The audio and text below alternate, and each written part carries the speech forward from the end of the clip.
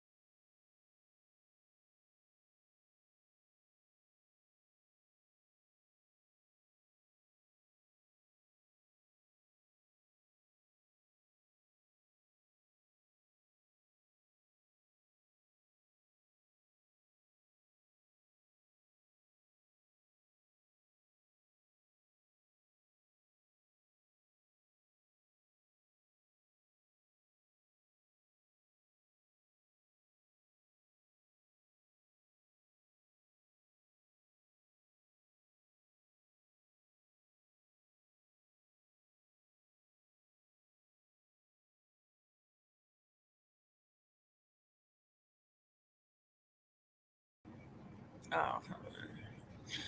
Hi, Tanisha Talks Teas. This morning we had to come back up here because, oh my goodness, last night on the review of the USA versus Diddy trial, TMZ's presenting all throughout the entire trial. Y'all were in the chat telling me y'all could not hear. So long live, like 8-9 hours. I kind of fell asleep. Anywho, I'm gonna try to get that back up now for y'all to see if we cannot sip that tea and review the USA versus Diddy. Okay. So I'm going to give it some tests and see if y'all can't hear.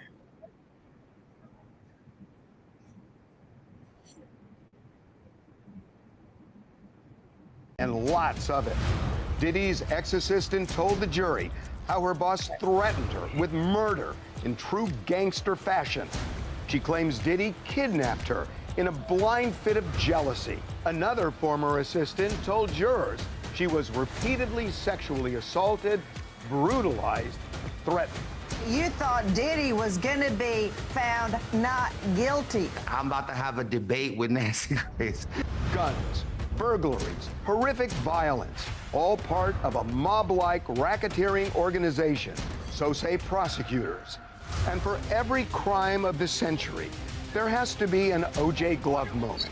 And that went down in court this week. Welcome to United All right, States we versus have Sean sound, Connery people. inside the Diddy trial. This morning, so up to this point, we have sound. Thank you, guys. Sorry about last night. Like I said, we had a late night. We were up. We were just getting together all of the things of Diddy's trial to come up to be current on understanding it. Okay, so now we're going to just review the United States versus Diddy. Let's get it. To me, at least, it felt like there was a lot of testimony about a crazed, jealous criminal boyfriend, but not necessarily a racketeer. That changed in a big way this week. And I think on racketeering right now, Sean Diddy Combs is on the ropes. So let's get into it. Our guests, Nancy Grace, who is the host of Crime Stories with Nancy Grace, Joe Tacopina, who is a very celebrated criminal defense lawyer, recently won the ASAP Rocky case, Ebony K. Williams, host of Equal Justice and Holding Court, and Ashley Banfield, the host of Banfield on News Nation and the host of the Drop Dead Serious podcast. So Capricorn Clark testified. She is Diddy's ex-assistant. She testified that when Diddy found out that she had previously worked for Diddy's arch enemy, Suge Knight, he went nuts and threatened her, and at a point started accusing her of stealing jewelry, locked her in a building 5 days in a row, essentially kidnapped her, gave her a lie detector test, and she was told, if you flunk this lie detector test, you may end up in the East River. That's code for we're going to kill you. So, Joe, we have talked about this before where you kind of poo-pooed racketeering. I'm feeling it. I'm still poo-pooing it because after this threat that apparently she now took seriously, she came back and asked for a job back after he got arrested. Don't forget, he was charged with this act, okay? And then she wanted her job back. She went to him and said, this never would have happened to you if you had just kept me as your employer, as your assistant. So let me say this. You know, it's these pieces of testimony, when you put it in context, cross-examination is important here. When she was cross-examined and it was brought out that she had actually asked for her job back after this alleged comment was made to her, clearly the comment didn't have much weight. It certainly didn't scare her and certainly didn't faze her from wanting to be in his orbit again, even after the United States of America charged him with that act. So I see she's up there in a cartoon buffing her eye, but she really wasn't crying when she said, and look, from the people I've spoken to who are in there, who are court lawyers, who analyze cases as lawyers, they basically said to me that her testimony didn't really help the government. If anything, it showed that, you know, a lot of the things he said to people were not really taken seriously. I'm going to throw you in the East River if something comes back from Suge Knight. I mean, maybe that wasn't a real serious threat because she wanted her job back after he got charged with racketeering. If you point a gun at me and ask me for all my money, and I give it to you, but I'm not scared, is it still robbery? It depends if you take me seriously or not. If you and I, if I pointed a gun at you and asked me for money and you knew me, and I don't think you would take that seriously. But if I'm just an individual and you're a lunatic and you're not scared because you don't have a fear gene, and I point a gun at you, of course it's still robbery if I forcibly take it from you. But that's not here. That's a great analogy for another case, not for this case. Yeah, but Joe, please remember how about all the times? Joe, how about all the times that these? Let me finish now. You're just saying that none of this is serious. How could you say that? Hold on for 1 second. There has to be. Let's remember, racketeering is not just a bunch of bad acts all clopped together. Racketeering is a racketeering enterprise. For the purpose of RICO, there's a racketeering enterprise. And what that has to be, here's the law. I'm going to read it because no one seems to want to deal with the fact that the racketeering enterprise has to exist before the acts are called RICO acts. So a law defines the enterprise as including any individual, partnership, corporation, association, or other entity, okay, and any union or group of individuals associated, in fact, although not a legal entity. And they can't be, so it's not basically a company who does a bunch of illegal things. It has to be an organization that was formed to commit crimes. The whole purpose of the enterprise is a criminal enterprise. That's why it's traditionally used for organized crime, for cartels, for other organizations who basically are born and are existing to commit criminal acts. Yeah. You know what, though? Lots of legal garbage collection happened while people were getting murdered and thrown into the fishes for the mob. And it was still RICO. It was still RICO. By the mafia. I just can't. First of all, I just want to go back to the first thing you said, which I find so upsetting. Joe, you know how much I adore you, but I'm going to tear you a new one right now. How could you say they didn't take what he said seriously? They said they were terrified for their lives. I've heard the word terrified, petrified, ran for my life, hid for my life, got her out of there, snuck her away to hotels, ran for it, terrified her parents were going to find out, terrified I was going to lose my livelihood, terrified I was going to be beaten again or molested again. How could you say they didn't take it seriously? Well, I could say it because she then said, can I have my job back? Can I have my job back? Two things can be true at the same time. Once again go over? You are trying to negate a full body of evidence where not 1, 2, 5, 6 witnesses say that they were in fear of their lives. They saw brutal beatings. They saw sex assaults. They saw someone have plastic surgery on their face after a beating from Sean Combs. And you want to tell me they stayed because they wanted to? The fact that on one occasion she wanted a job back, she needed a job back, does not negate months, years of terror. And I'm glad you read the definition on RICO because you said an association. Once the first crime happened, that association called Bad Boy Sean Combs went forward with crime, and every witness that you've heard from, Tacopina, has been another minion, another employee of Diddy's carrying out crimes. They've proven it, and this last witness who's on the stand at the end of today, Mia, was the nail in the coffin, and it's been death by 1,000 cuts. Every witness says the same thing. Okay, Hey, you know, well, listen, I guess Ebony, the jury will determine that, right? I mean, you guys are all so confident. You're like you're sitting in the courtroom. Yeah. You know, a lot of people on this panel were talking about Well, my so are trial. you. My What's the trial, problem? A$AP Rocky trial. He was guilty. There's a video. He was guilty. Anybody He that has a straight up different the case. opinion than you? A jury came out and said, no, he's not guilty. Nancy, and you were one of the commentators on that, saying he was guilty. So let's be What are you calm even and talking about? realize We're there's a talking jury. about There is Sean a jury Combs. that will determine the verdict here. So let's not all assume we know what that jury's thinking, guys. You know, actually, hey guys, Yeah, you're right. I think that's actually. Don't assume, There is a lot of Tacopina. evidence in this case proving him to be a criminal, a bad guy, a batterer, all of the above, check, check, check. Does it equate to racketeering? That's a question. I'm not saying it's a completely no way possible he gets convicted. Rico's not just for the mob anymore. Hold on for a Look second. at the law Ebony, books. Ebony, Yes. Joe is making a point that Is he? just a point that usually there is some kind of a foundational crime organization when it comes to racketeering. And what Joe seems to be saying is he is a criminal, but it's helter-skelter. It's kind of shotgun, if you will, that there's no criminal organization. It's every time I don't get my way or what I want, I will commit a crime against you. But it's very helter-skelter and not organized. Yeah, well, I think, listen, if Joe wants to give Sean Combs a demerit for not being the best, most well-organized criminal enterprise, that he can have at it. But simply because Sean Combs doesn't operate exactly and precisely like John Gotti does not make him any less of a candidate who has demonstrated predicate acts that are criminal in nature. Ashley Bansfield listed 35 of them last episode. We can name 5 of them off the top of my head right now. People are talking about rape, kidnapping, holding people at gunpoint. We're talking about coercion. We're talking about all kinds of things, probably wire fraud. Let's get the bookkeepers on the stand. So again, when you have this level of predicate acts, we talked about associations, we heard about organizations. Nancy Grace just said it, the minions, the people that work for him. Indeed, was it started, initiated for purely criminal activities? I don't know, but I certainly know they engaged in criminal activity in both Bad Boys Records and Combs Enterprises Ebony, for well over a decade. Ebony, do you know that?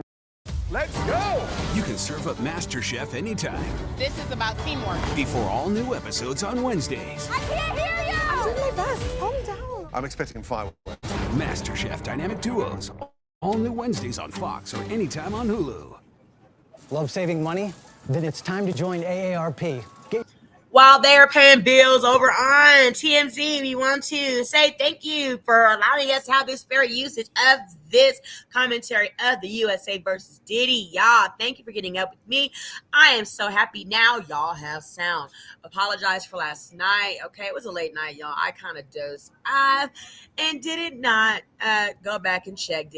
I did not go back and check to see if the sound was working for y'all. All right, we're back up with USA versus Diddy. RICO has been applied and prosecuted police departments, and they certainly did not originate to do crime. Did they? No. But slowly they slipped into it, and they were subjected to a RICO prosecution, and the state won. So, you know what? I appreciate what you're doing, Tacopina. You're defending. That's what you're paid to do, but you're just dead wrong. Well, look, I'm not paid to defend him here. I actually chose not to defend him here, Nancy Grace. But I'm analyzing the law, and a jury is not going to be quick to accept Bad Boy Entertainment. Somebody's getting mad. You're going to turn red in the face and your eyes bulge out again. Well, come on, I can't Nancy. wait. Nancy, come on. At least my eyes move, Nancy. At least my eyes move. Relax. So let's not go into physical characteristics, okay?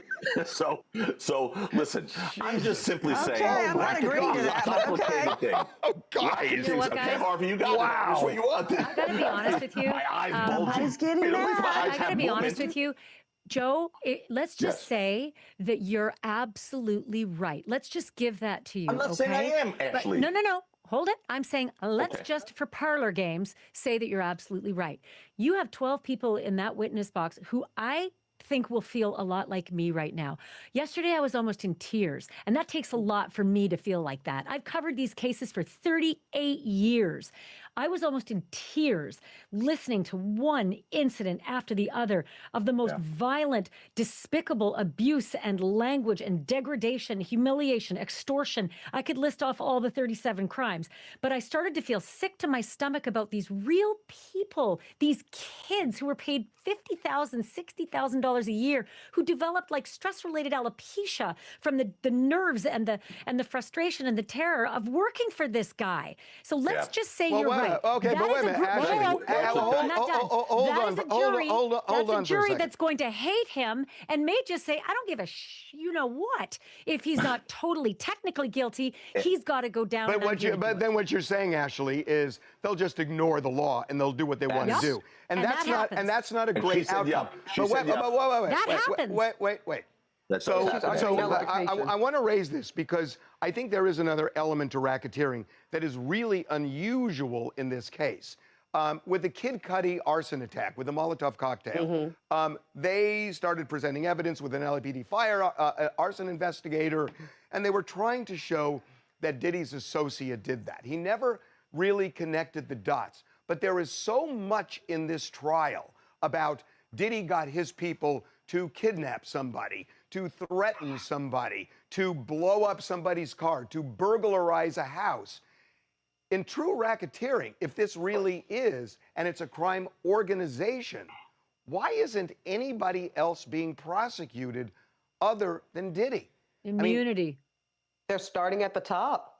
We don't know that others we've already heard two people. I think, as just said, two people have been granted immunity. And there is a thing such as unindicted co-conspirators. These co-defendants are now witnesses. They're being used to get combs. And there's nothing wrong with that. We've heard Cudi's testimony. We have heard Cudi's testimony. No one has Yes, they do. Joe, yes, they do. One of the assistants testified. He said, I've been granted immunity. Drugs.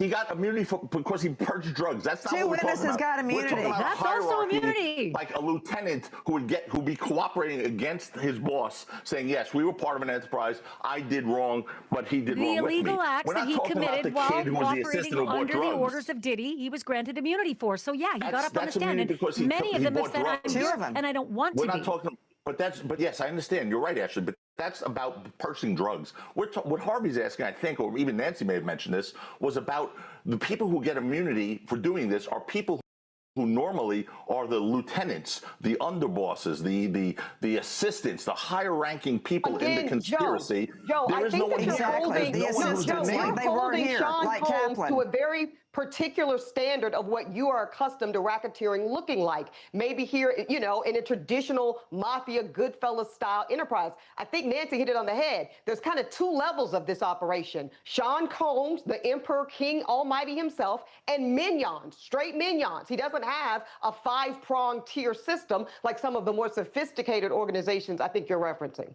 So, hey, I want to bring in Mia. We talked about her. She is one of Diddy's ex-assistants. She is alleged victim number 4.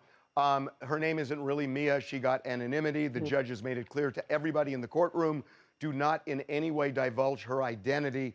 She testified about what she says was Diddy's conduct involving rape against her, various forms of other sexual assaults, brutalizing her. I thought this was interesting. She said, this is a quote, "I believe that Puff's authority was above the police." I think that's a pretty stunning statement. Here's what I don't understand. I'm going to bring Brian in right now. To me, Brian is our TMZ producer who's been in the courtroom. To me, I feel like the prosecution's hopscotching between the domestic violence against various people and the threats against individuals from, the Kid Cudi or the Capricorn testimony about racketeering. That Mia, to me, should have gone right after Cassie, because that's kind of the picture they're painting with that kind of sexual abuse. But it feels like the prosecution is just going all over the place and the story's fragmented. Well, Maureen Comey had said in court that there were scheduling issues and they had to fly people across the country to get them here. back and forth. But you're right, Harvey. It does feel like they're all over the place. But in the latest batch of testimony on Mia, it was heartbreaking. I mean, here is this woman on the stand. She's got a tissue in one hand. Her makeup is running down her face. She can barely speak. She's talking about what she called the most shameful thing of my life. And she's whispering as she's getting out the fact of she was forced to have oral sex. I mean, the question, she couldn't even say the word penis. The prosecutor had to say, did you put Mr. Combs' penis in your mouth? Yes, she whispered. It was grueling. It was heartbreaking. And the jury, I'm sitting there looking at him, New York poker face, no reaction. Okay, so. But I looked over at Diddy as all this is happening, and he kind of looks down, and we saw him do this. And then he looked at the jury. So it was very, very heavy. So, Brian, on Friday, the prosecution actually was the one that raised this, that Mia got a settlement from Diddy of several $100,000. She had asked for $10 million. And they had a private mediation for this. And in that mediation, she never brought up sexual assault or rape. And it seems the prosecution tried to get in front of this so the defense wouldn't raise it.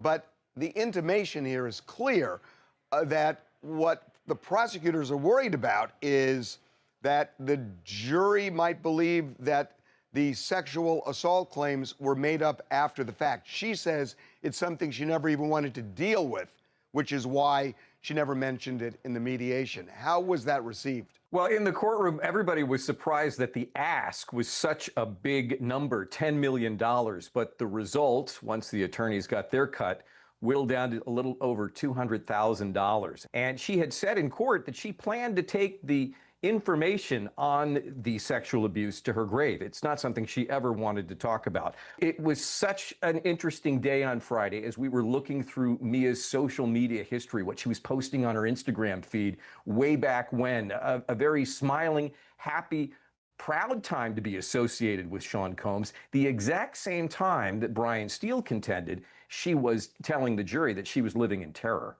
I just wanted to make the point, Brian, and thank you for breaking all of that down because you did have eyes on this very compelling witness. When the prosecutors asked her a question that normally I think would be a very bad fact setup for the prosecution, did you actually tell Sean Combs no? And Mia, in that very whispered, fragile voice you described, Brian, says, I didn't feel I could. I didn't feel I could tell him no about a sandwich even.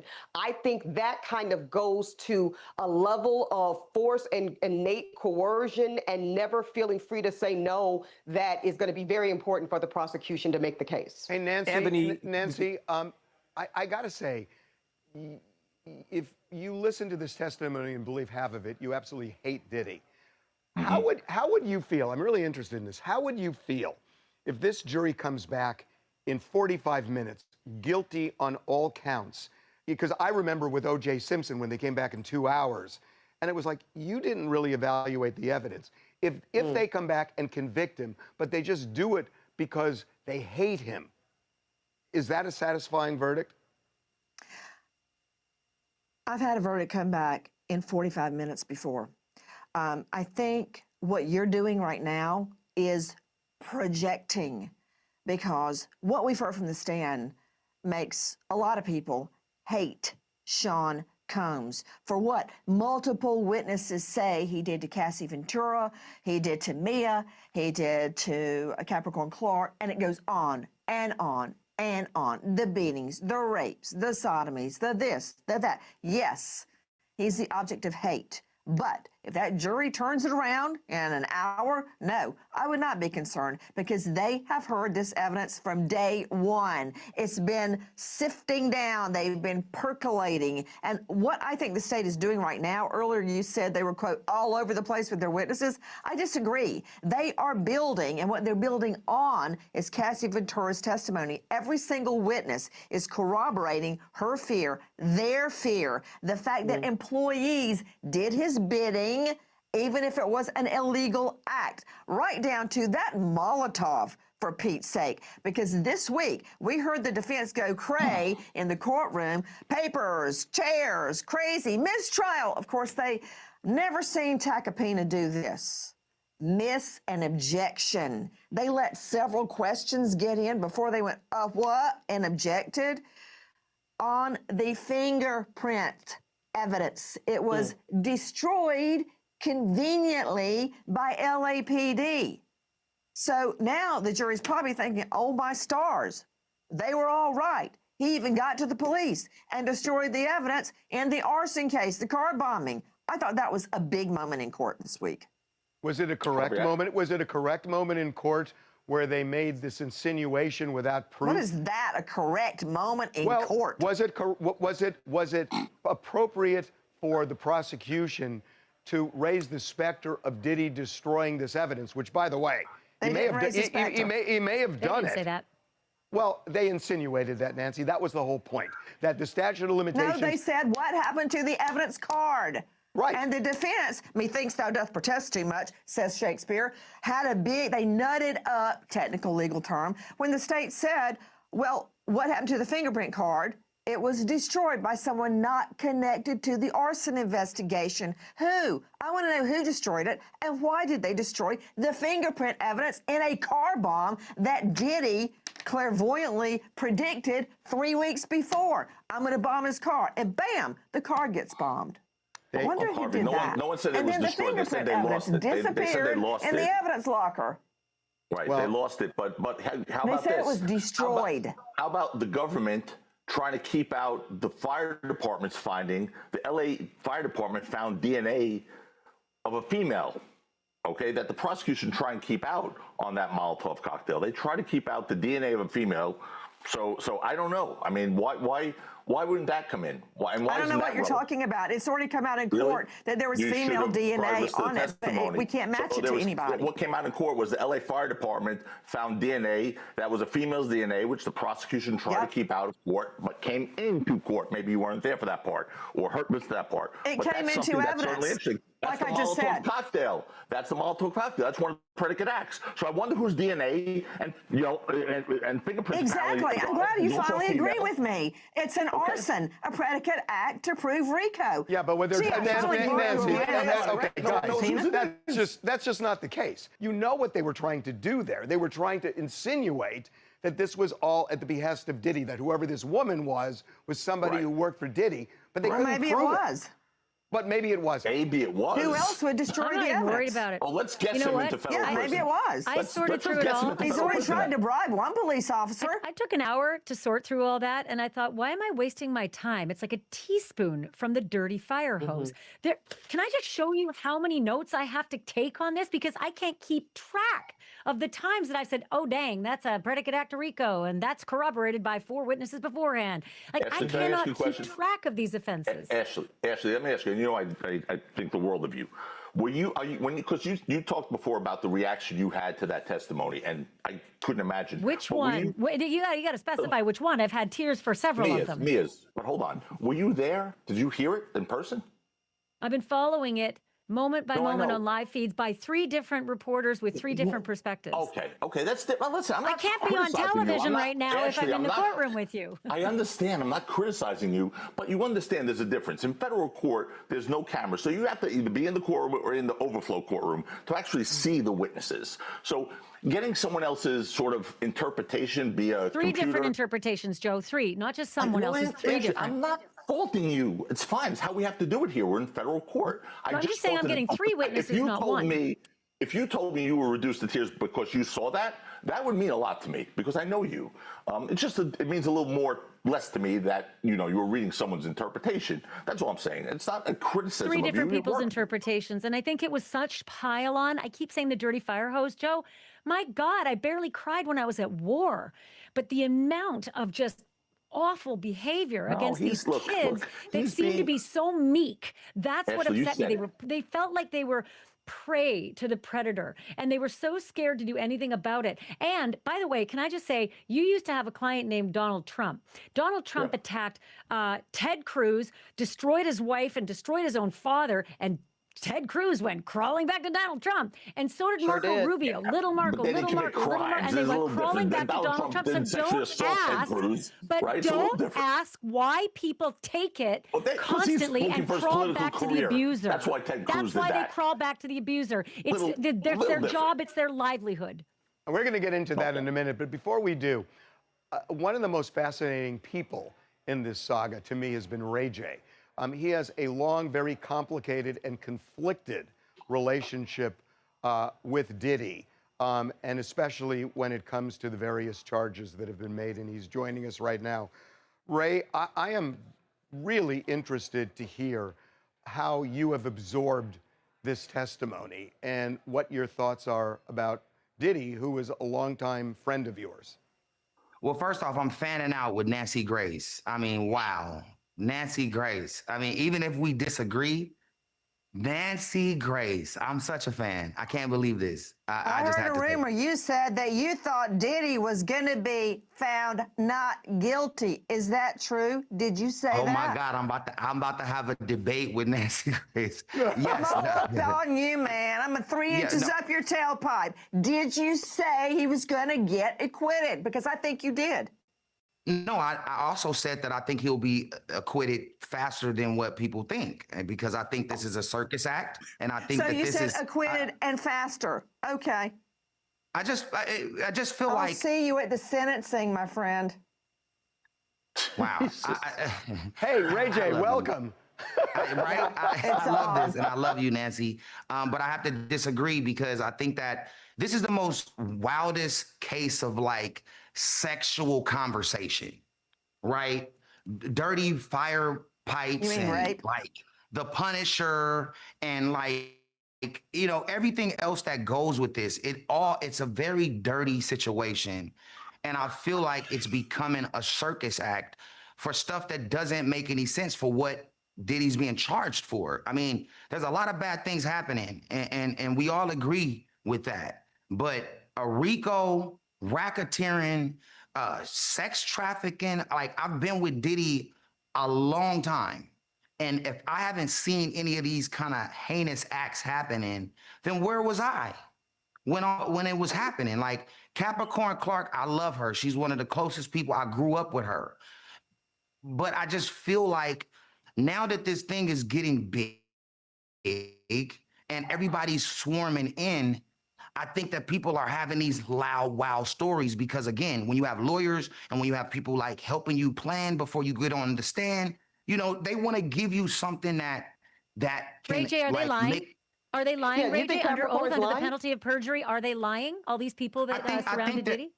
I think All that of they're them. saying, I think that They're there's all lying, and Sean Combs and Ray J are telling the truth. If you answer the question.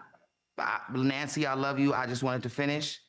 I think that they're coming up with the stories that could stick in this situation. So, like, Puffy wanted to throw me off the bridge or whatever. Like, come on, Puffy's never threw anybody off the bridge. So how can that be true?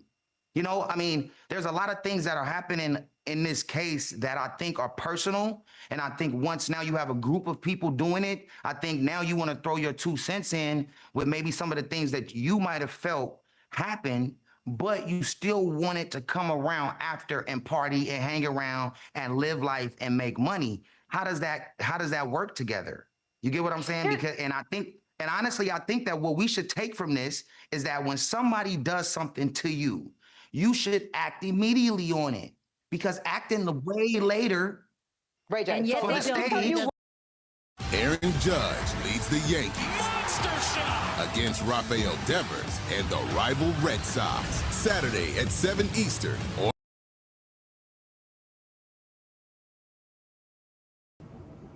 Okay, sippers, early morning. Last night on the show, we didn't have any sound. I apologize. So now we do. So glad that you guys can hear now.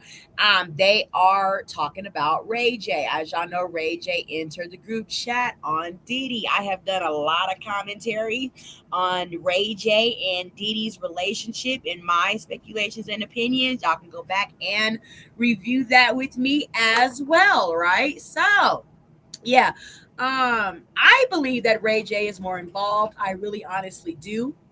As far as what he knows, what he's been around, as he just said himself out of his own mouth, he has been around Diddy since he was young. And how can he not know about any of the freak offs, any of the things that have been alleged to have been said and done about Diddy? Okay. What do you guys think? Drop your teacups in the chat. Remember, when you come into the tea chat, to like and subscribe as you get your tea filled up of the Diddy United States versus Diddy trial. Okay, we are reviewing that this morning. Now that we have sound, okay, it's back up. Because unless we were there, you're right, Ray J. None of us know exactly what happened in each moment of Sean Combs' life, but Sean Combs and these alleged victims, right? Let's go with Capricorn. And how you doing today? Okay, how you doing, Ray J? Good to see you, brother. I'm doing. When we talk about Capricorn Clark, and she tells a story about Sean Combs holding her at gunpoint. That's what she said, right? Forcing her to get in the car, go on this ride along to Kid Cudi's house, and then threaten further harm at that point, right? You know why it's going to be easy for some of these jurors to believe it, Ray J? Because we've seen photos of guns that were confiscated from the homes of Sean Combs. So it's not going to feel confiscated. outlandish. Listen, guns confiscated, not guns and pictures drawn with Diddy doing what they said he was doing. I understand that, but do you understand how a juror could then make the reasonable connection between if a man is having this type of arsenal in his personal home? Yeah, I'm going to say I can believe he held one of those guns himself. They can believe that, Ray J. That's not far-fetched. First off, everybody can have a gun in their home to protect themselves and their family, right? Of course they can. We believe in the Second Amendment. So now we got pictures of the gun on the table. What is that? Yeah. It's on the table. If I'm a juror, I could believe reasonably that I can connect one dot to the other. That's all I'm saying, Ray J. All I'm saying is that. Yes. Ray J. Okay, let's leave the guns aside for a second. How about the multiple witnesses? Hey, Ray J, it's good to see you, my friend. How about the multiple witnesses who have all corroborated each other, one after the other on the stand, saying they witnessed Cassie being beaten to a pulp, they were afraid for their lives and their safety, and not only that, we heard Mia say, quote, "I had to do everything he told me, including hiding the fact that he'd gashed her eye to the point where she needed stitches." The quote was, "Tell the doctor that Cassie was drunk and hit her head." That's what you call obstruction of justice. Like, doesn't any of that sit with you? Are they all just flat out lying one after the other about the exact same facts? I think if you say exact same facts, none of them are saying the same thing. They're all saying that exact same fact. Everybody has a different story. Everybody has a different story. There are 3 accounts of these same stories. I'm telling you, I've been watching every witness moment to moment. They have down to what they were wearing and where the person was sleeping. I mean, it's frightening how incredibly ingrained these memories are into all of these witnesses. The assistants, the friends, the stylist, Cassie herself, the best friend of Cassie, they all have similar, if not identical, stories of the same acts. Are they all lying? Do you think they're all lying? And they seem like they're all in one big group to tear down Diddy. And it feels like the lawyers have given them like this extra like energy to like go over the top. You have had a long relationship with Diddy. Have you communicated with him since the trial began? I haven't. And I know that he's probably going through a lot. So is everybody else in the trial. Again, there's people in the trial that's testifying against Diddy that are my close friends. I love Capricorn Clark. Capricorn and I have spent way more time than she spent with Diddy, right? But what I can say, and I don't mean to take any credibility from her because I love her, but I was friends with Suge and Diddy at the same exact time. And Suge knows it, and Diddy knows it. I would go hang out with Suge, and I would go hang out with Diddy in the same day.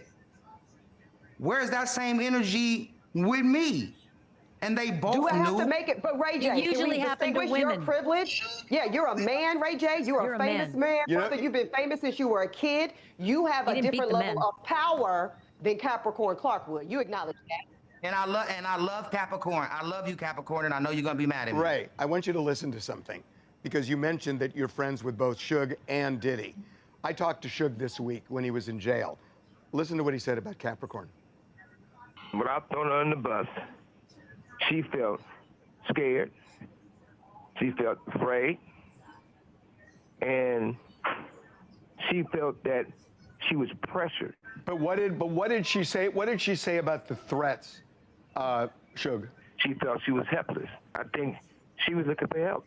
Was she concerned for her safety? I mean, did she think this was a hollow threat, or did she think Diddy would make good on it when she talked to you?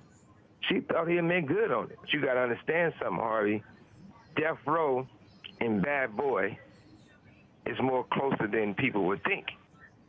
So he is saying, Ray, that he believes these were not hollow threats, that she had justifiable reason to fear for her life. Yeah, but Harvey, he also said that Diddy should walk. He also said that he shouldn't be in jail and that he should walk because of what he's being charged for. Like, if you told me that the Kardashians was being charged for racketeering, I might believe it. But Diddy, sex trafficking, and all these other extra things, like, it's, to me, knowing him, knowing the situation, being around with most of the people that's testifying, you know, I just feel like there's somebody at the top who's making a statement, who's making a point. I'm sure Diddy got the point. Free Diddy, he got the point. He's chilling now.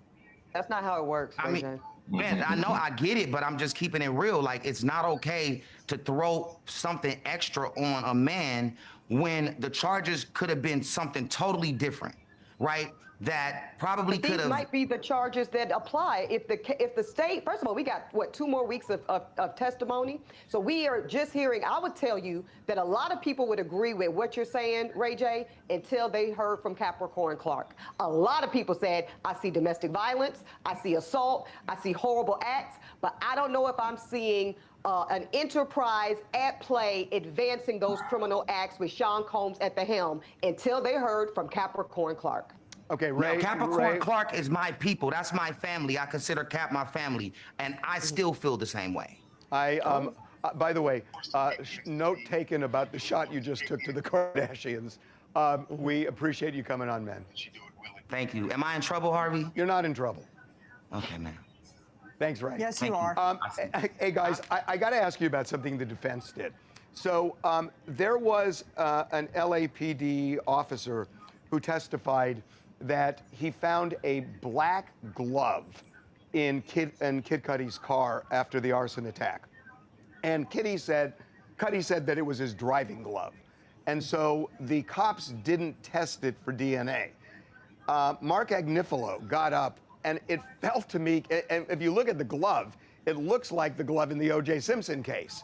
And it felt like he was trying to duplicate a Johnny. I'm really serious, Joe. Look, I think there's intention behind a lot, because why else would they mention you didn't test that glove? No further questions. It felt like it was this forced moment for people to think, oh, the cops are incompetent, just like in O.J. Simpson. That's the way it felt to me. Yeah, clearly what they're going to do is argue. This is a reasonable doubt case, right? So they're going to argue that a reasonable doubt is created when something isn't done, when something is not tied off, when a corner is not sort of obliviated. So you have a situation where you have a glove, a piece of evidence. Why wouldn't they test it? Because it could produce DNA. It could produce evidence, forensic evidence, that could identify the perpetrator or the owner of the car, for example. I just think they're going to obviously use that to show, hey, listen, they didn't really evaluate all the evidence in this case properly. That's what they're going to do. I don't think it's That's not what's going to happen. Agnifilo looked like an idiot when he tried to pretend he was Johnny Cochran. Okay, that worked with an LA jury, not with a New York jury, and Agnifilo is no Cochran. And I think we all saw that under the intense cross-examination that Harvey Levin gave him about the baby oil. Okay, that was embarrassing. So Agnifilo stands up in court and tries to equate a glove in the back of the victim's car. The victim says, oh, yeah, that's mine. that they don't test? Yeah, because they know it's Kid Cudi's. So that whole thing was a sham and made Agnifilo look like he was grandstanding and he's a Johnny Cochran wannabe. Bam! Okay, couple of other things. So Capricorn Clark testified on cross-examination that Cassie was a bad singer. And there was also testimony about Cassie possibly hooking up with Michael B. Jordan, according to her stylist, and an NFL player, possibly. It seems to me what the defense was trying to do was blow up the Stockholm theory, the Stockholm Syndrome theory, that this wasn't a woman who couldn't leave because she was a battered woman, but it was a woman who made choices. At least this was the argument I think they were trying to make, that she could succeed better with Diddy as a singer professionally, and that she could leave him for a movie star if she wanted to. So that's the way I understood it. I'm wondering if you guys understood it the same way and whether it worked. I didn't think much of it other than if I were, well, I can't even put myself in those shoes because I wouldn't have lasted 10 seconds.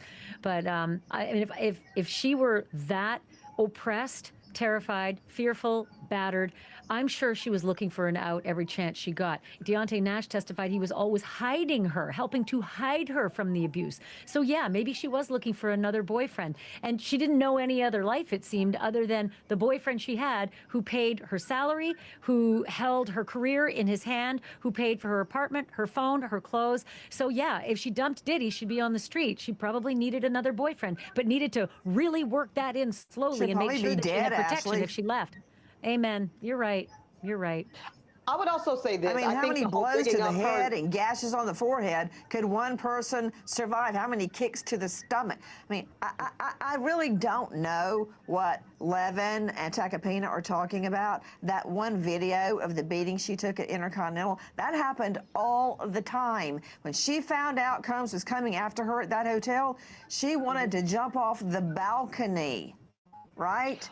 Like many sex trafficking victims that I have represented, many of them would rather die than go back. So, you know, I think you guys are ignoring, that being Tacopina, ignoring the brutality with which he treated her. And everybody stood by and watched it hold on, Joe. happen, Hold on, just which not even a little enforced the bit. fact that it Ignoring could it, not even continue. a little bit.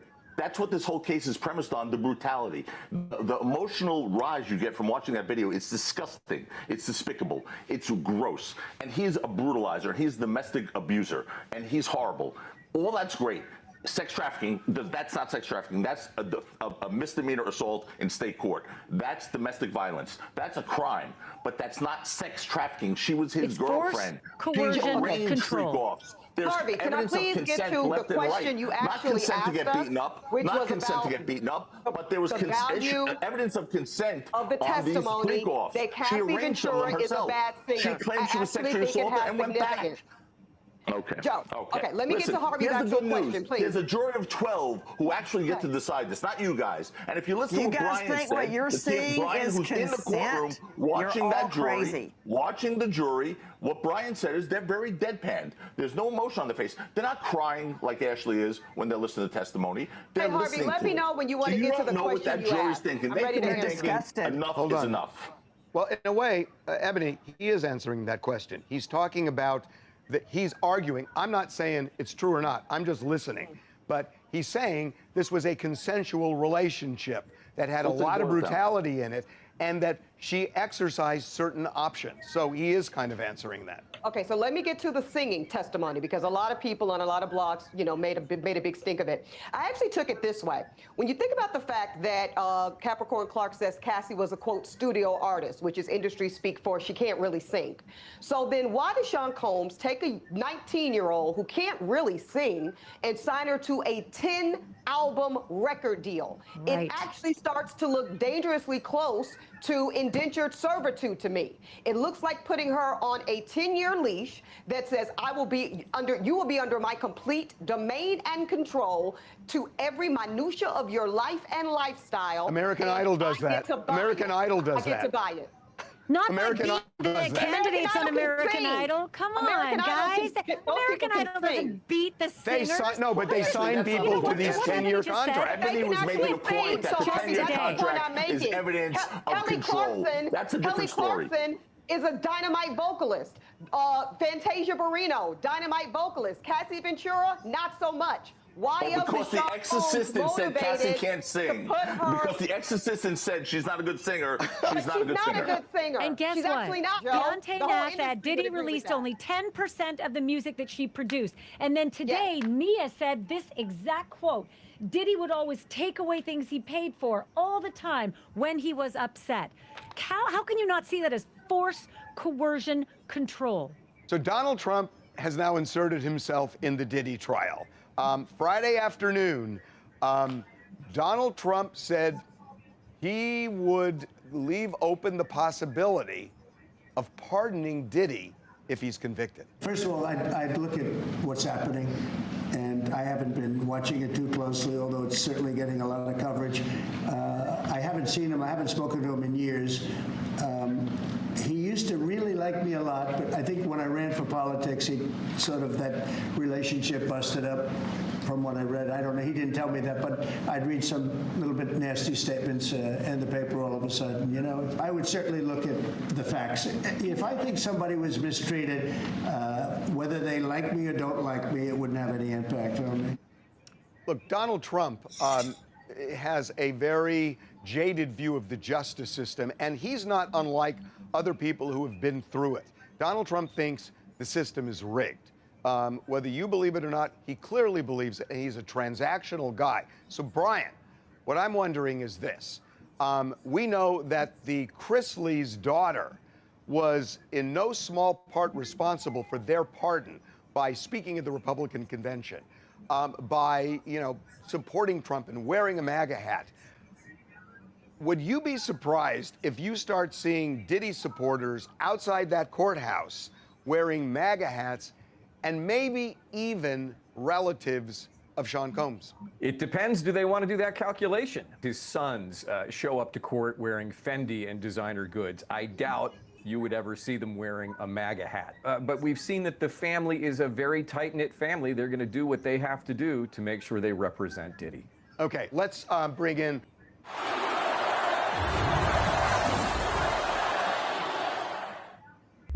Hi, I'm Lamont.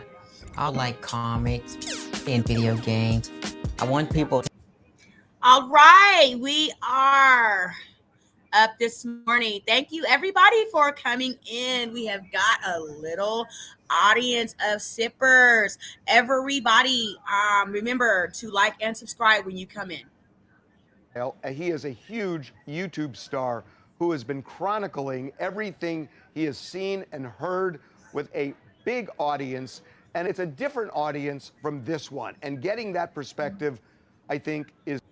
Okay, we also have to pay some homage to Armand Wiggins. Y'all know Armand Wiggins from YouTube, right? Okay, and Armand started out in the game, just talking about all of the rappers. Like, he's had some controversy with Nicki Minaj, right? And so we want to pay some homage to Armand. He's getting some more, how do you ever want to call it? Like fame, you want to say, or whatever? Remember, Armand was on the show with Funky Dineva and the Jordan lady and Al Reynolds.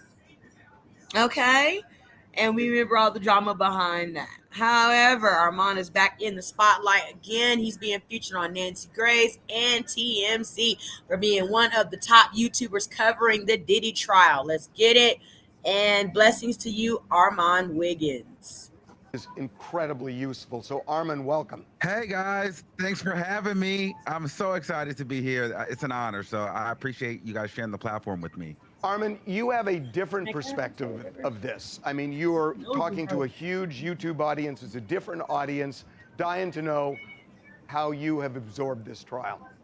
Yeah, I'll be honest with you. Up until this week, because I'm in the middle. I don't hate Diddy, but I'm not for Diddy in that way either. So I'm here for what the evidence proves and what's right. And up until this point, I felt like the defense really could have taken it, but it was Capricorn Clark for me in her testimony.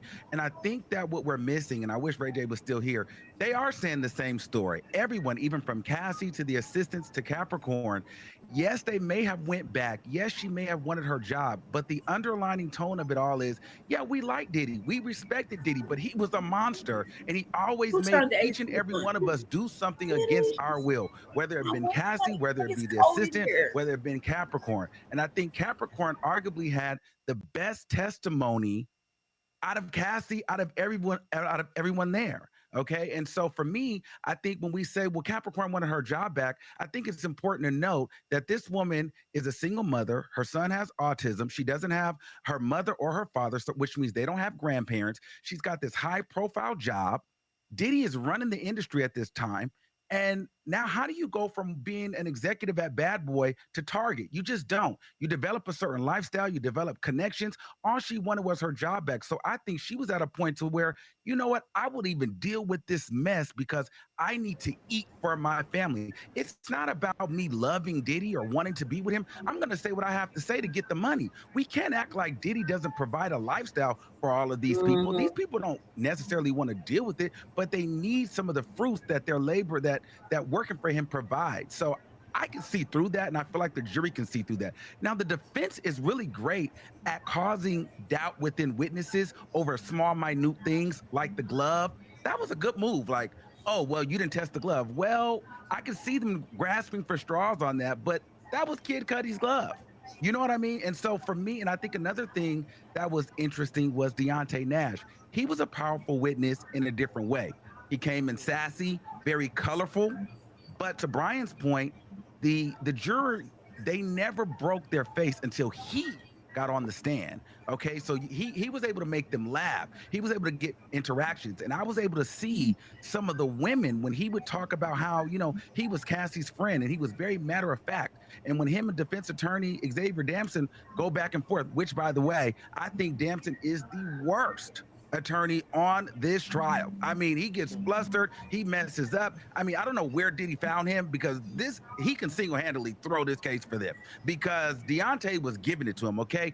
And the jury was so engulfed in his story, which is very important because it keeps that relatability. You want him to win. Deontay made you feel like, you know what?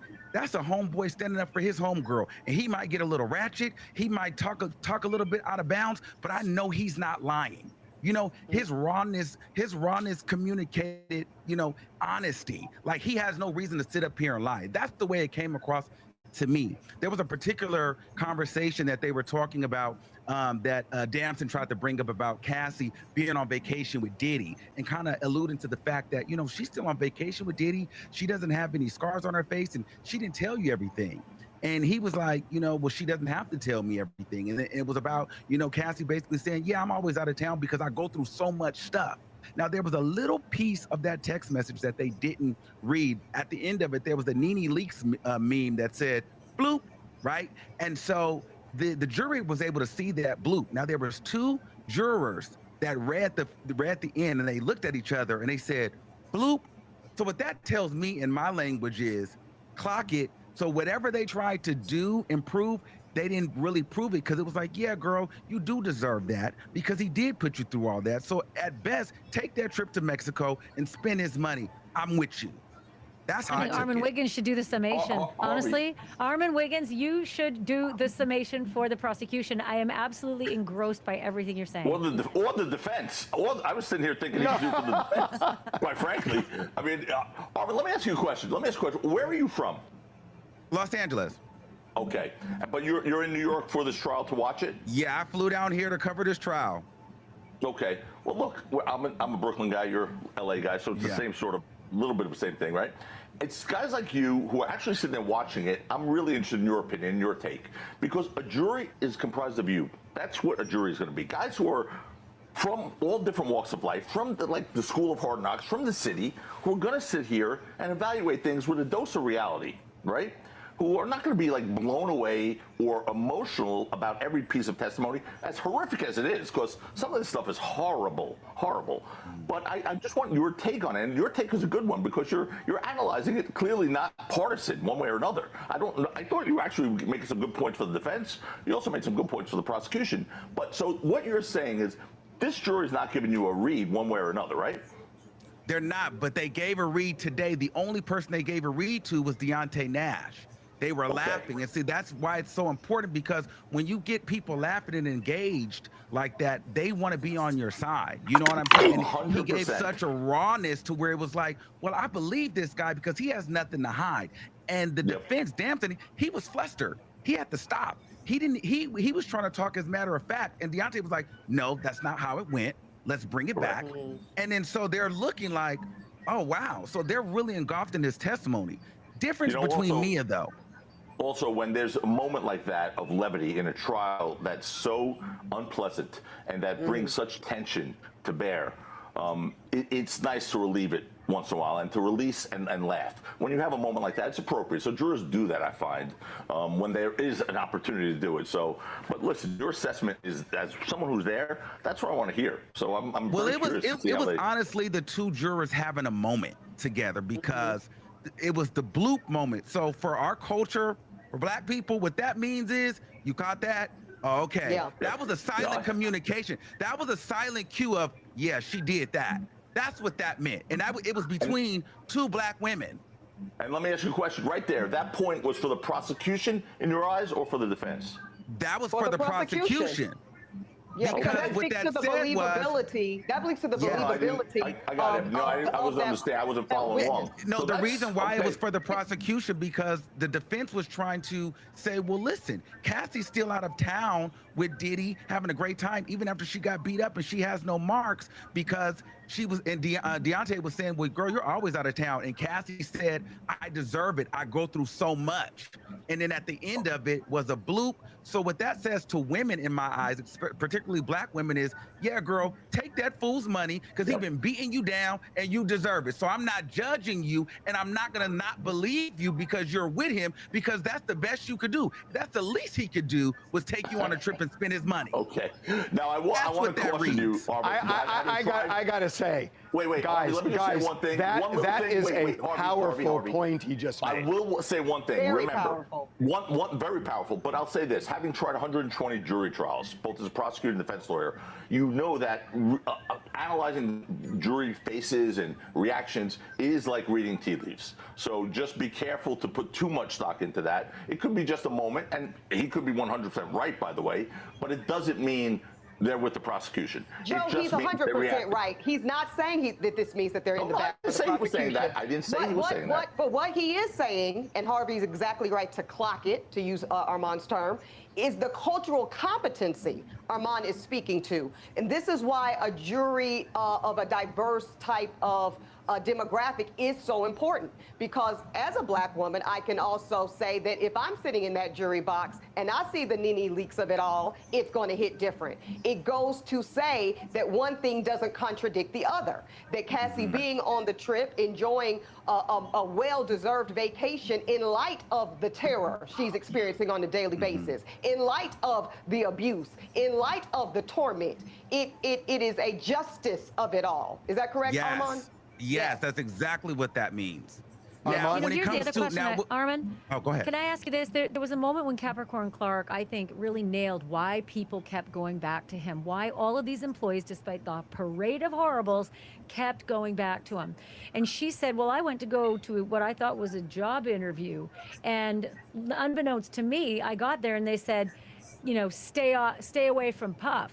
It was very threatening to her, meaning you're not getting a job here. Puff's already been here and laid groundwork, meaning I got nowhere else to go. And I feel like Capricorn Clark, I don't know if you feel the same way, she laid down the reason why all of these employees were too scared to leave, because they get the same treatment if they went over to Interscope and heard lay off Puff. Armand, I got to tell you something. Exactly. Armand, I got to tell you something. You are the first person we've had on this show who the panel has not attacked, so congratulations. Oh, thank you. No, we really love your perspective, so thanks for coming on. Thank you. Okay, we are going to wrap. I got to say, next week, Here's what I want to talk to you guys about. The prosecution will be close to wrapping. Mark Agnifilo told me 3 months ago when I asked him, would you ever call Diddy to the stand? He said, I don't see how I can keep him off the stand. We are going to get into that next week. Until then, thank you guys very much.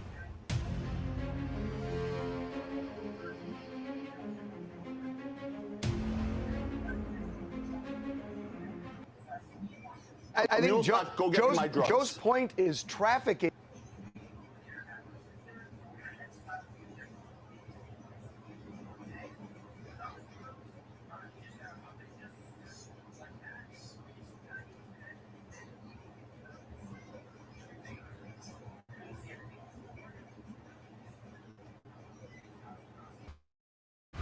Week 5 of the Diddy trial and another. Let's go ahead and do a review of episode 4. We are getting caught up on the United States versus Diddy. Thank you all of you sippers for joining me this morning for more Diddy news, right? We want to pay some homage to some of the YouTubers that have been boots on the ground. First, we've had Armand. He's been getting some syndicated news coverage with some big news, players, TMZ, Nancy Grace, and then Tisa Tales. She has been on ABC, and I think Nancy Grace too. So, and we also saw Tisa in some of the documentaries for Diddy. So let's just keep it moving. Drop your thoughts, comments in the chat about where do you think the trial's going for Diddy, y'all? Do y'all think Diddy is in the right court? My last live last night that went on till about 4 o'clock in the morning, I was dozing off. Okay. It wants you guys to take a understanding of, do you think Diddy's in the right court? Is he in the right court? Should he be in state court for these type of charges? Or is he in the right court being charged by the feds?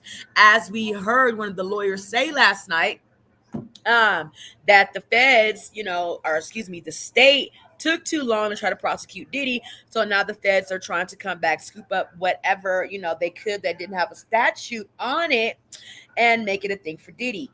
Can they do that? And you heard one of the ladies say on the panelists with Harvey Levin that yes, they do that, and yes, they can. That they can just, overlook real understandings of evidence, and because there are some little slithers of evidence that could closely, match to a RICO charge, they can put that in a RICO charge and sentence Diddy. Okay, we're gonna see if they do that. I think that's called railroading, but we're gonna see. People do it all the time. I just saw a story of a guy that was in a stolen car. I think he was in Michigan in a stolen car, and the police stopped him. He said, hey, I bought this car from someone. They had some type of, receipt of it. I signed it, and now I'm in this car. He spent 12 years in prison before they ever even doubled back to see, come to find out the car was stolen. And he paid somebody for a stolen car, unbeknownst to him. He did 12 years in the pokey. Okay, that's called railroading. So we're going to see if they do the same thing similarly to Diddy. Y'all, when you come in, please go ahead and drop your teacups in the chat. Lift them up to get filled with this tea. Once you do that, take your sip. Please like and subscribe to Tanisha Talks Teas to elevate and soar. Let's go. Former girlfriend comes forward to testify for the prosecution. So Jane testified that she and Diddy had a love contract when it came to her monthly expenses. She told him she wanted 15 grand a month, and he said 10 grand. The Cassie beating video, front and center again, as we learn Diddy paid $100,000 to keep it under wraps. Clearly, that didn't work. But what does this have anything to do with racketeering? The Diddy sex tapes, will they move the needle or just bolster the defense's point that Diddy was kinky, not criminal? Former Diddy employee Brianna Bongalon takes the stand and describes a harrowing incident where Diddy dangled her from a 17th floor balcony yelling, "Do you know what the fuck you did?" She says she had no idea. And sparks are flying outside the courtroom. Bill Maher makes big waves for saying Cassie could have just walked away. Bill will join our panel. This is United States versus Sean Combs inside the Diddy trial. So the trial this week has taken some really interesting turns. The prosecutors continue to nail Diddy as being a really bad guy and a criminal in some respects. The question, are they proving that he's a criminal based on the charges that they filed against him?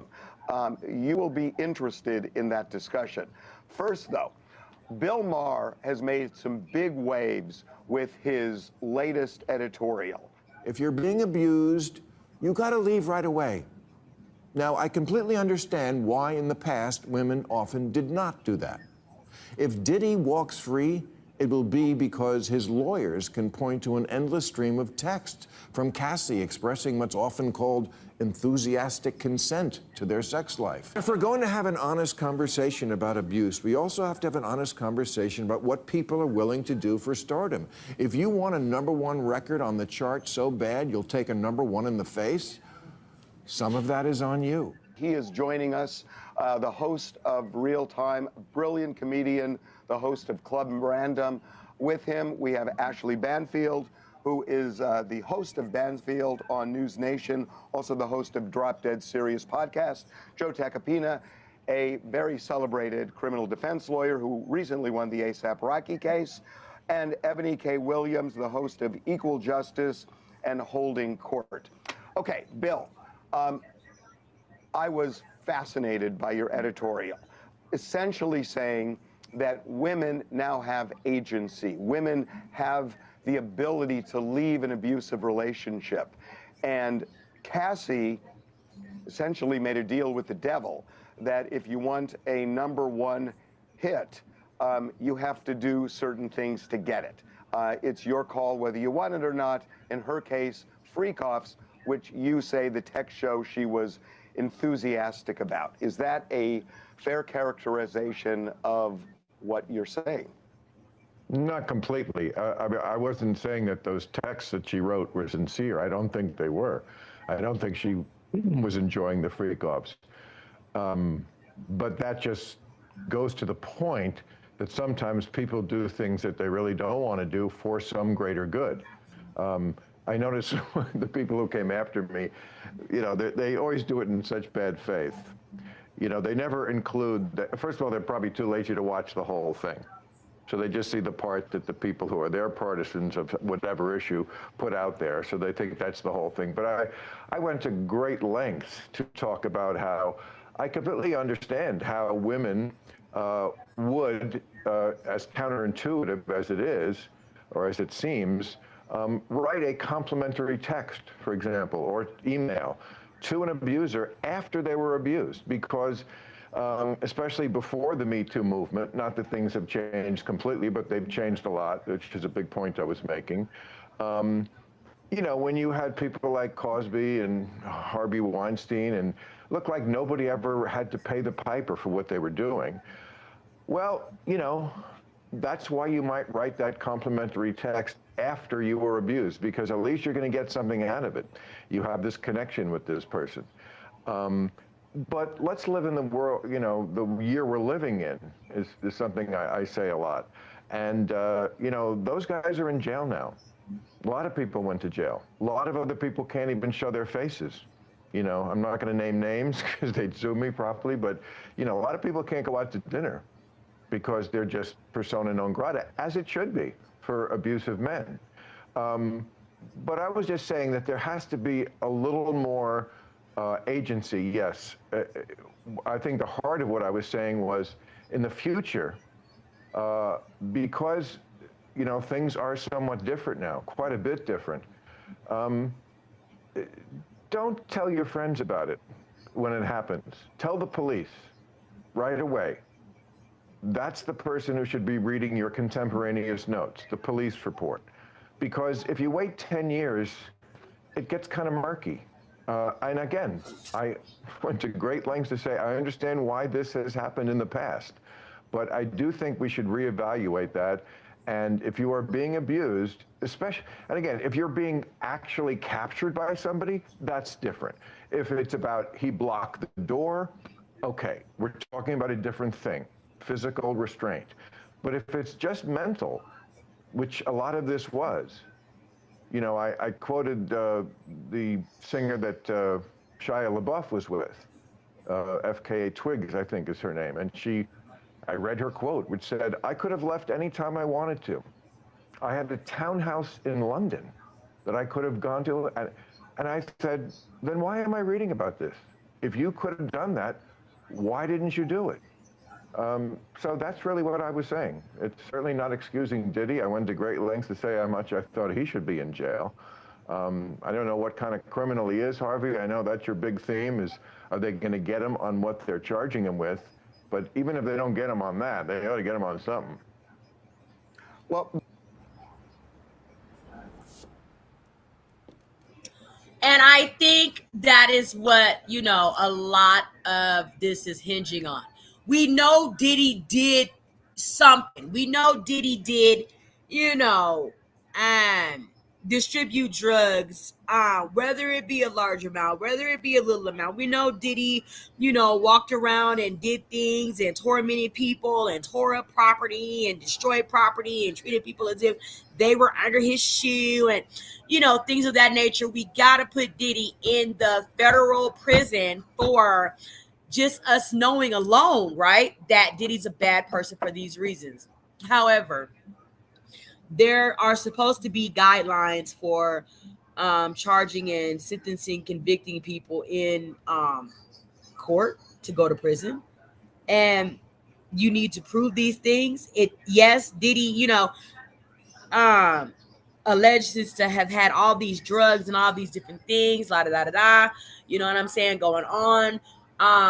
Wanting to always have his female companions, you know, sleep around in the most dirtiest, nastiest ways that people can think about imaginable, that you would want to tie into ex trafficking, right? Seemingly, how can you love a person and, you know, you have them sleeping with all these different other prostitutes and ex workers, and y'all are all drugged up and it's going on for days? It sounds like ex trafficking, right?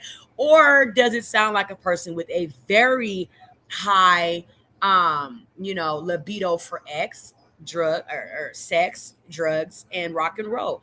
And it seems like that's what Diddy was doing. Everybody wants to persecute Diddy at the federal level for something that sounds like the state should have, you know, picked up on a long time ago, maybe caught Diddy transporting drugs, whether it be in a small amount, a large amount, a minimal amount, whatever amount, should have, you know, intercepted Diddy and his lovers, transporting prostitutes for the payment of commission of sex, but they didn't. Okay, so we're gonna see, will they prosecute Diddy on the federal level for state crimes? We're gonna see. With the devil sometimes, and it sounded like you were saying that Cassie knew freak-offs were a price she'd have to pay in order to advance her career. I mean, that's the way I took what you said.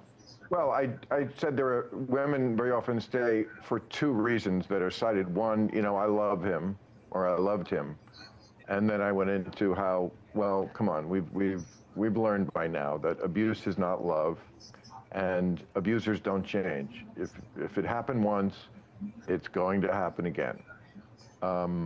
And the other reason that sometimes people stay is, yes, it is kind of a deal with the devil. The allure of being a star makes people do a lot of weird shit. Can I throw in a third reason? How about the consequences of leaving and the consequences of reporting are sometimes so much worse than whatever it is you're dealing with currently. I'm covering a case of a woman in Washington State right now who was supposed to be a guest on my show 2 nights ago, but she had to cancel at 8 o'clock at night because the police were there to tell her 3 daughters, 9, 8, and 5, had just been suffocated by the husband she left. So there are other reasons, Bill. And by the way, I watched everything you said. I watch you every single Friday. I never disagree with you. You're like a hero to me, and you have been for 25 years. This time, I really did take issue because I've been in that testimony moment to moment to the point of being revulsed and saddened by it. And I have seen it repeated over and over that so many of these people, men and women, were terrified of him and terrified of his tentacles. Okay, I mean, there are no great choices sometimes. I agree. But you're saying the preferable choice is just to stay there? To stay in that Sometimes if it means relationship? you stay alive. Yeah, I think the case of the Washington woman is a perfect one, and it's so proximate. It just happened. Sometimes you stay alive by keeping the status quo. I guess it's a case-by-case basis. You know, I mean, yes, if your life is imminently in danger, I guess that's a different situation. I don't think that's what we're talking about here, and that's not what I was talking about, and that's not what we were just talking about with show business. But I agree. It's the show business part is the I'd second like to part, just add a fact into Bill's framing, if you will. Good to meet you, Bill. And I appreciate you pointing out that what Diddy's done is quite horrible and he should suffer some consequence. But in the framing of sometimes people make a deal with the devil for fame, celebrity, and wealth, which sounds very kind of Robert Johnson, selling his soul to the devil to have a phenomenal blues career. And that works scenario. But let's look at the facts here with Cassie Ventura. We know she was 19 years old, which we all know isn't even a completed frontal lobe cognitively, right? Literally not fully able to make conscious decisions in a full way. We know that Diddy, per Cassie's testimony, didn't show any of that violent tendencies or malicious, violent aspects of himself until well into a year or two into her signed deal and into their relationship. So I wouldn't really think that we could frame it, Bill, as she knew going into it, hey, I'm signing away everything that's decent and good about my life in pure exchange for, you know, celebrity and wealth. I didn't say going into it. I said going out of it. And when she was, and she was not 19 when she was finally going out of it. Her frontal lobe we could argue that 19 is when that premise kind of started to seem in about who he was and how much control and onus he had over her life. Okay, but, you know. And let's not also forget that when Diddy met Cassie, okay, she was already dating a much to do, way older man already that's already been entered into the trial as well. Hi, Apex Pulse 83. We are covering the Diddy trial, the United States versus Diddy. Anything you need to be caught up on, please go back and review other lives. Thank you for joining us over on Twitch. We really, really thank you for being here. All our Twitchers, keep on sipping. This is a live stream. We are reviewing the United States versus Diddy Apex Pulse. Thank you. As I was saying, so yeah, you see what I'm saying? There were already things that Cassie was doing with older people, older men, significantly older than her before she met Diddy. She was already with the older guy. I believe he was in his 40s when she was I think it's rumored to have been said she was like maybe even 17, 18. When, you know what I'm saying, she met this older guy before Diddy, where she was trying to break into the entertainment industry. I think he was tied in there some way, somehow as well. So, however, you know, undeveloped Cassie was mentally, she was developed enough to understand for herself what she thought she needed to do to acquire a spot in entertainment by any means necessary. This is the difference between generations, maybe why Harvey's always arguing with the people he works with there. Like, the feminism of our generation was more about strength, and this seems to be more about indulging weakness. I would totally disagree. I'm not sure what generation you think I am, Bill, but I'm a grandma millennial. I'm 42 years old almost. And I was taught that feminism was about choice, and informed choice is a big part of that. And I'm arguing, I guess, with you the concept of Cassie's informed and empowered decision making. Because I would say she had very limited empowerment here. Well, I disagree with that. She's a grown woman. I do too. I mean, if we're talking about something physical, Because I she was understand already men are with a bigger much and superior stronger older than man. women. That's when why we she do met so Diddy. well in women's swimming. But when it comes to if something is mental, shouldn't women just be as strong as us in that area? And I think they are. A lot of this was physical, Bill, and you know that. You saw the tape. So we know that there was physical force at play here. Now, to Harvey's point, whether or not that meets the standard of the racketeering is a different thing, but we all saw the domestic violence. Hey, yes, we Joe, Joe, we put a poll up on the website on Saturday. We put Bill's editorial up on our site. 45% of the people agreed with him. That's a huge number. I'm wondering if what Bill says is kind of resonating with the jury. It is, because if you don't think there are some women jurors from New York City, really as tough as they get, in my opinion, where I'm from, by the way, that are going to see it the way Bill sees it, which is like, you had a choice. Once this happened once, twice, you could have left. And I'm sorry, everything Bill's saying is right, because understand this. I'll go back to this. I keep repeating this. But all these issues with Cassie Ventura, for example, let's start with her, where she didn't leave, as Bill just said. She kept coming back for more because it was enhancing her career, or she believed it would. She never went to the police. She went to a money lawyer 10 years later. She tried to get money. She tried to write a book. She got $20 million. According to her text messages contemporaneous with these horrific incidents that she testified to at trial, were making it look like this was a great relationship, contemporaneous. Now, you could say, oh, Stockholm Syndrome, all these different excuses. But I will say one thing to you.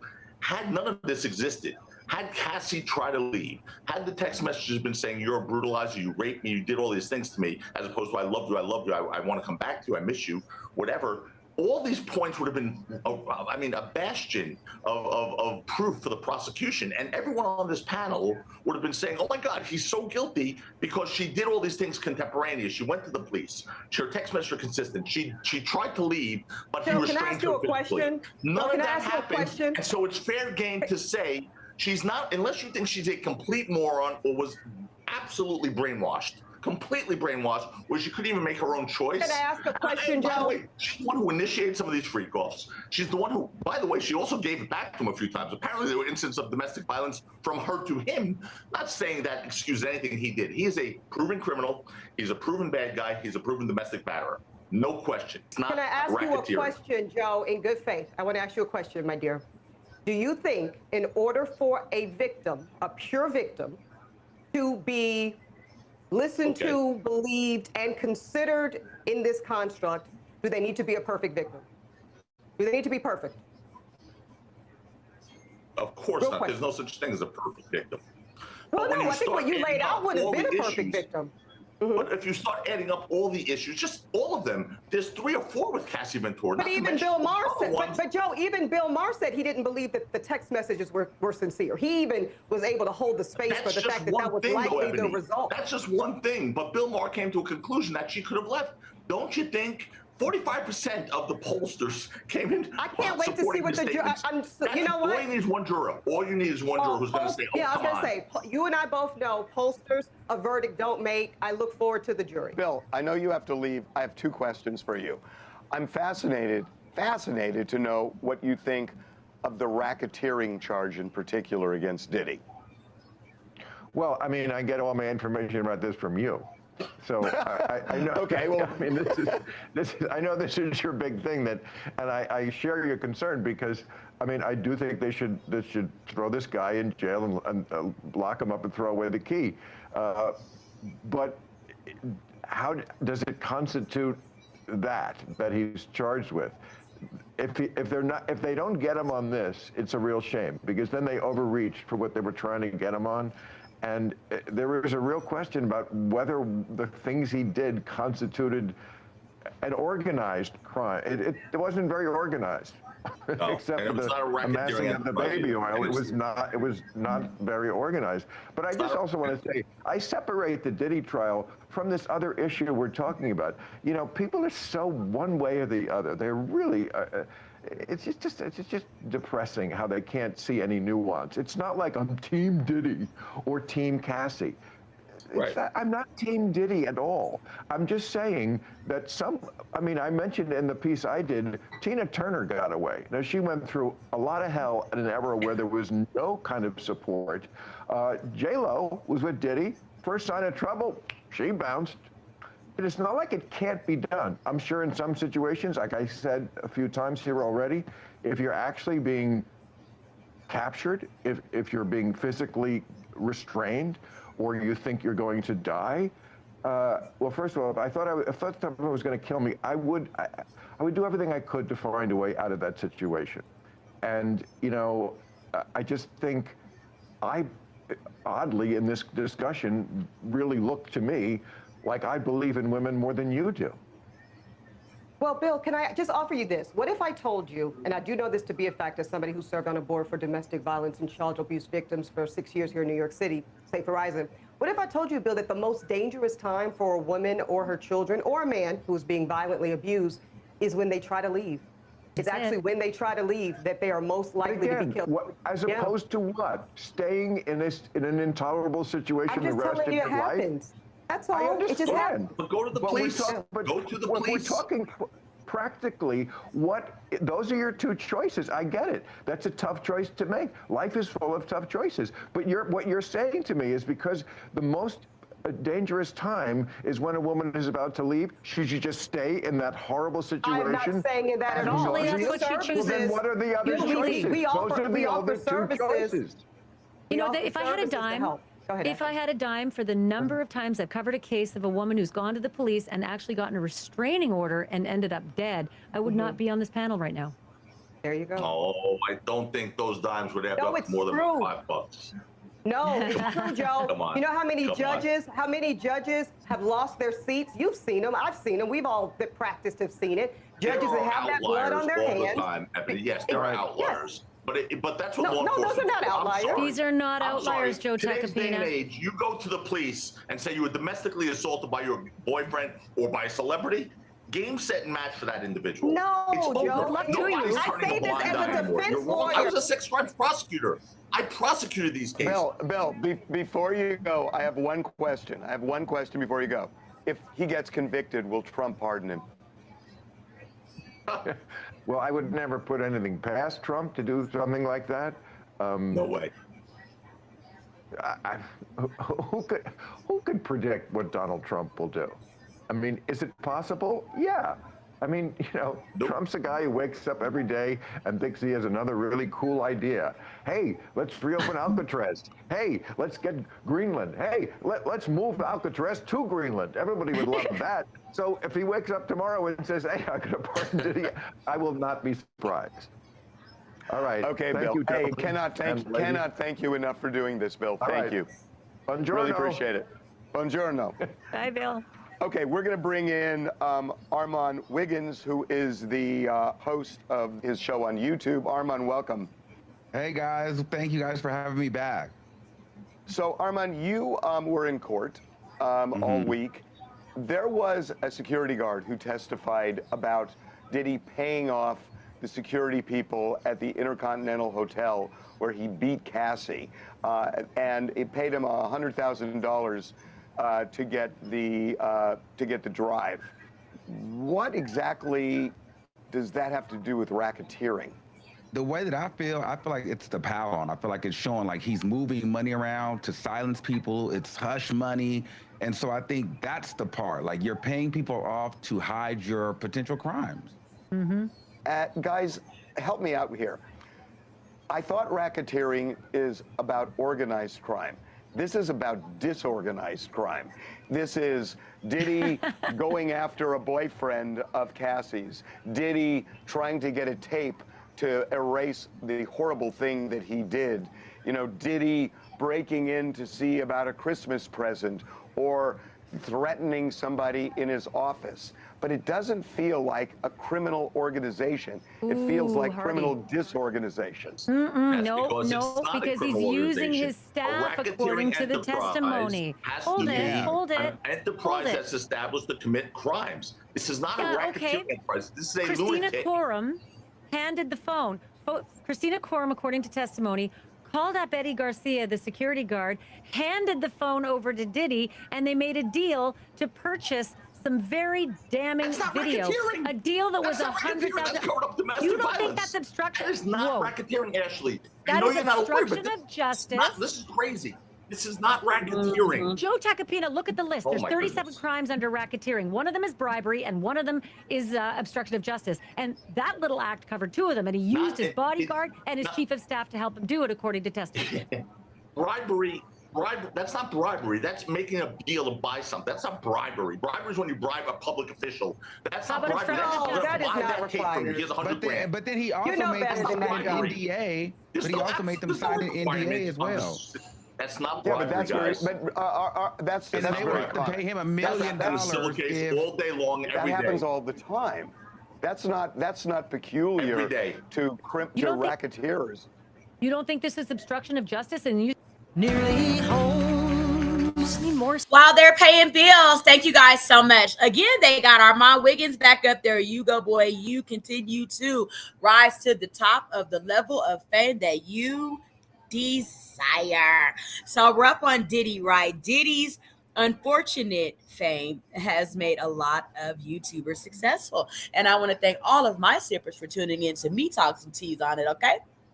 So, yeah, what they're getting into right now is like the level of bribery in a racketeering case. Like, it has to meet the level of bribes that meet racketeering. Like, if you're bribing a witness that's going to testify against you in you hauling tons of cocaine on a boat across Florida, okay, that's bribery in the racketeering realm.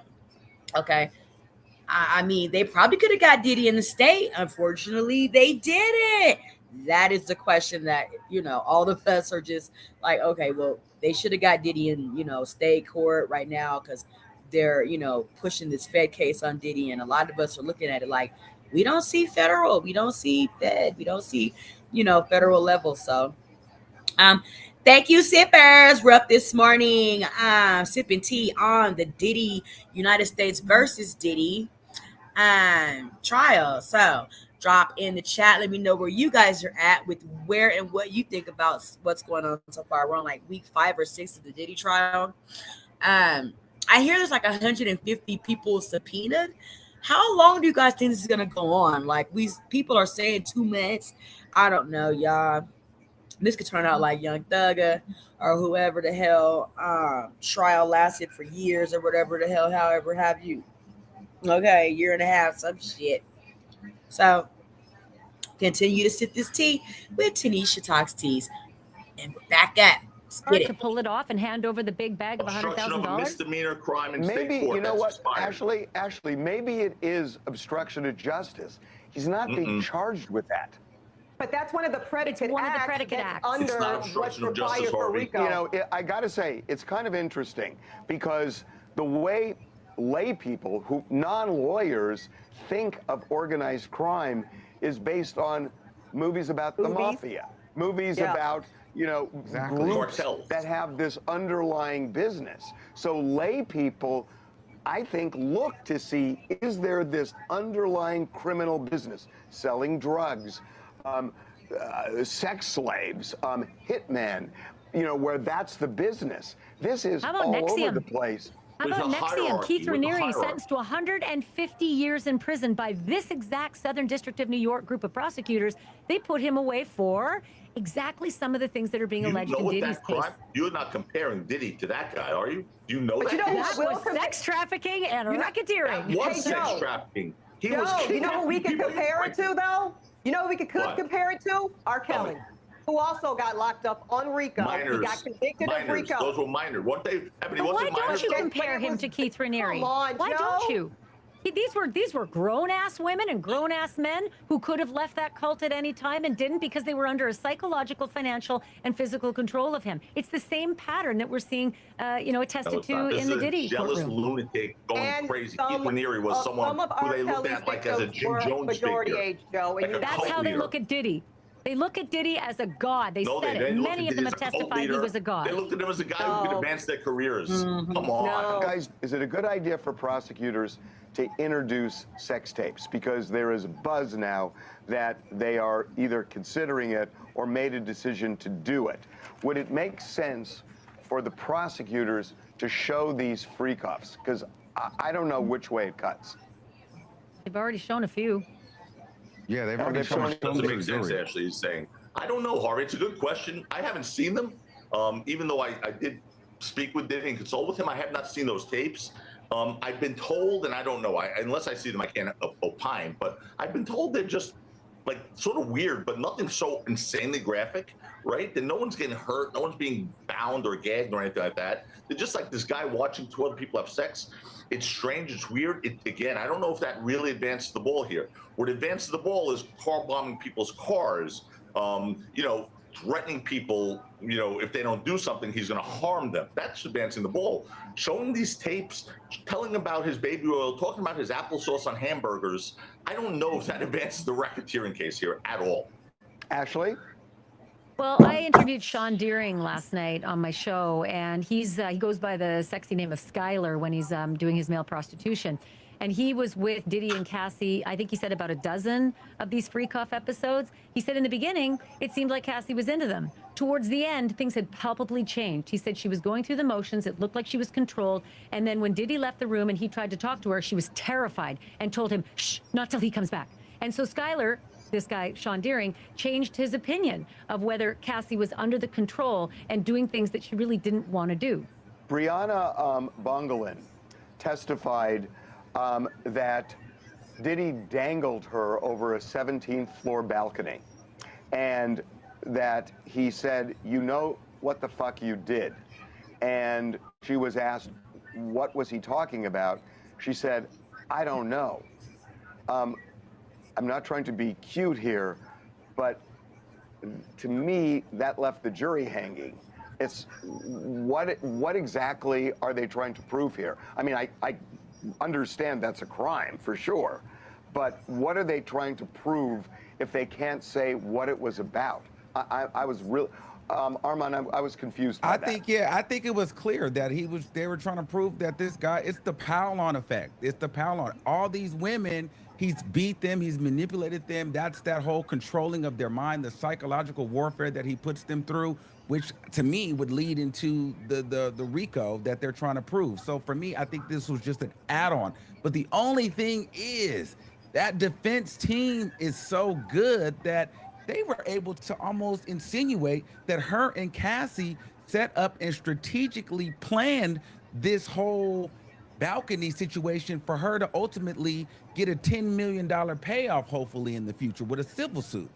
And so that's what kind of, to me, left everybody hanging, because Nicole Westmoreland went up there and made her look like, wait, so you and Cassie discussed this from who was going to be there, how it was going to be set up, whether it was going to be at the house or at your apartment, or was it like who was actually going to be in the room, what time of day it was going to be. Like the way that she was questioning and angling the question, and the girl was only able to say yes or no, made you almost feel like, well, did they sit and write this down? I got a different opinion. I got a feel that they were trying to clarify Cassie's memory was, I think it happened at my apartment, or I think it happened at a hotel. And Bono was saying, no, it happened at your apartment. They were both pretty high. They'd been doing drugs all night with another friend. But I think they also dangled something that made more sense about that whole open, why would this have happened? This whole dangling me over a balcony, you know what the F you did. And they suggested, the defense attorney suggested that you hooked up with Cassie, meaning you may have had a lesbian relationship and maybe Diddy was jealous and angry about it. But they shut that down. It was a sustained objection.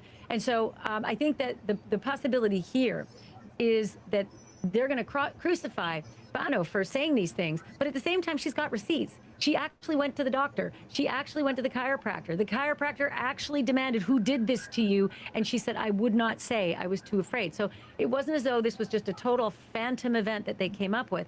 Something happened to her. She was thrown around, and she had bandages, and she had terrible bruising that she took, and they're contemporaneously stamped with a time. Well, wait a second. Ashley, let me give you a different perspective. As you know, I am in the courtroom every day for TMZ, and I see this differently. This was a big win for the defense, as Diddy defense attorney Nicole Westmoreland was able to show by putting up the exhibit that showed the metadata, the map, the location where Bono was when she sent that photo, and then whip up a receipt from the Trump Hotel in New York showing that Frank Black, a.k.a. Diddy, was ordering room service and saying you can't be in two places at the same time. Something isn't right here. I think it was a win for the defense.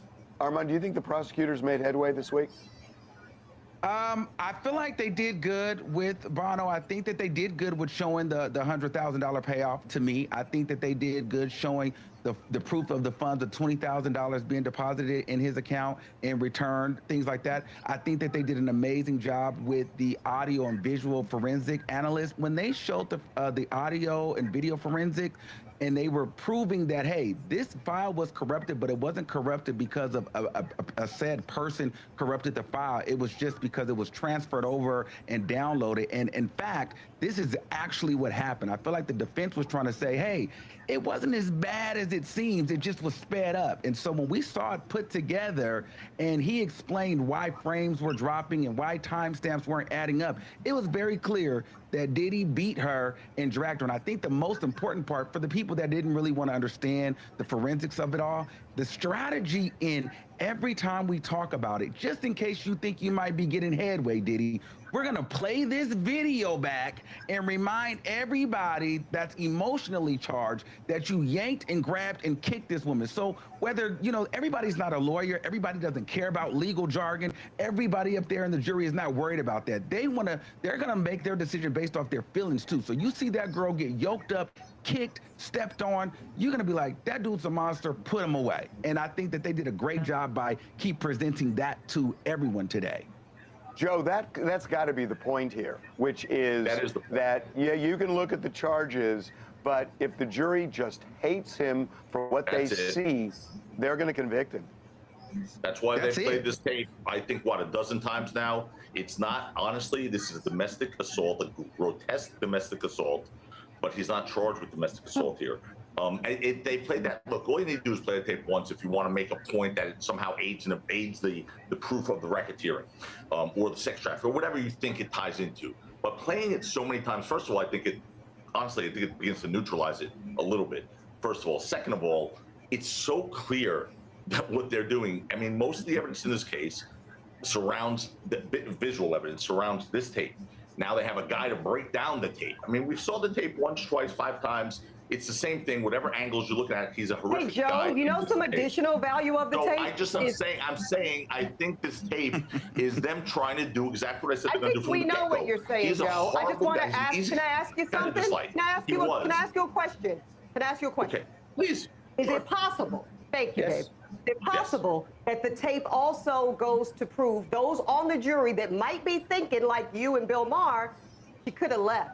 Are they showing the tape to show what happens when she tries to leave, when she grabs her shit and tries to discreetly sneak out of the hotel room? If she gets yoked up, as Armand said, kicked in the damn back, messed up, beat up, and horrified? Could it be going to show that? Ebony, yes, it could be to show that. And that's what they will argue. That I don't know if this was during a freak off or not. That's the one thing that's still a little. It was, okay. So that's Ebony, you're 100% right. That's what they're going to argue. But wait, Joe, are you saying I know a little bit about the law, too? Do I know a little bit about the law, listen, even a broken clock works twice a day, Ebony. Even a broken clock works twice a day. As Armand says Armand brings up a really good point about the jury. They are not lawyers. They are not this panel. They're not Bill Maher. They're not exposed to this stuff day in and day out like we all are. But I will say this. I think I saw the other day the filing for the jury instructions, and they're about 135 pages. I've seen jury instructions in my day, and they are not usually that long. But you can bet your bottom dollar that the summations are going to be so specific, and that jury instruction is going to take them probably the first couple of days of deliberation. Brian, what was the jury's reaction to what they heard this week? Well, the real time to take the temperature is when the white noise fills the courtroom and they're having a sidebar, because that's when you see the jurors start to interact with each other. And Armand and I are sitting in different sides of the courtroom, but we're looking at them. And some of them are raising their eyebrows, others are reacting. The judge has said, don't talk about the case, but are they talking about the Mets? Are they talking about, traffic in Midtown Manhattan? No, they're probably talking about what they have just seen while they're killing time on these sidebars.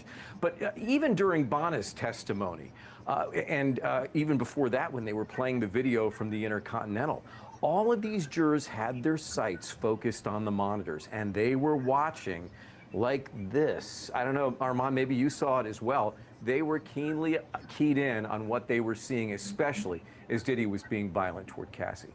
What was Diddy's demeanor in court this week?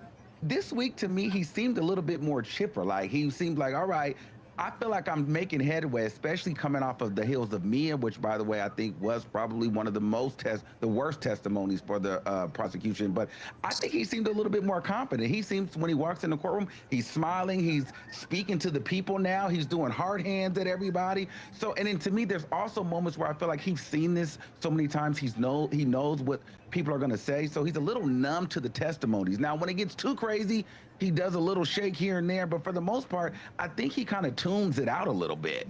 But guys, also, wasn't he, I get the impression just reading up on every motion, and I say physical motion, not legal motion. Every one of his physical motions seems to be like a whiny little bitch, meaning when something isn't going right up on the stand, he starts to shake his head like crazy or push himself out from defense table. And then when somebody says something fawning, like, yeah, I looked up to him, I learned a lot from him, he nods his head excessively so as to show the people behind him that's right. And it almost sounds like that becomes cloying and obnoxious, and that the jurors will see through that. Well, Diddy almost got kicked out of the courtroom towards the end of the week, and that's because the judge had spotted him nodding, winking, and smiling at members of the jury. The judge told Mark Agnifilo for his client to cut it out, or there would be serious repercussions, including possibly having Diddy removed.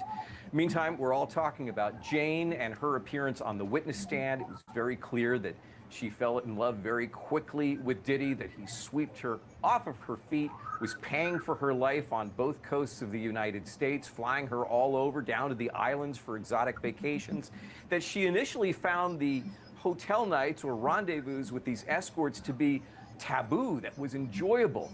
But that quickly deteriorated, and she was done with it. In fact, she not only told Diddy verbally, but she sent him letters and texts to that effect that she did not want to be having sex with other men.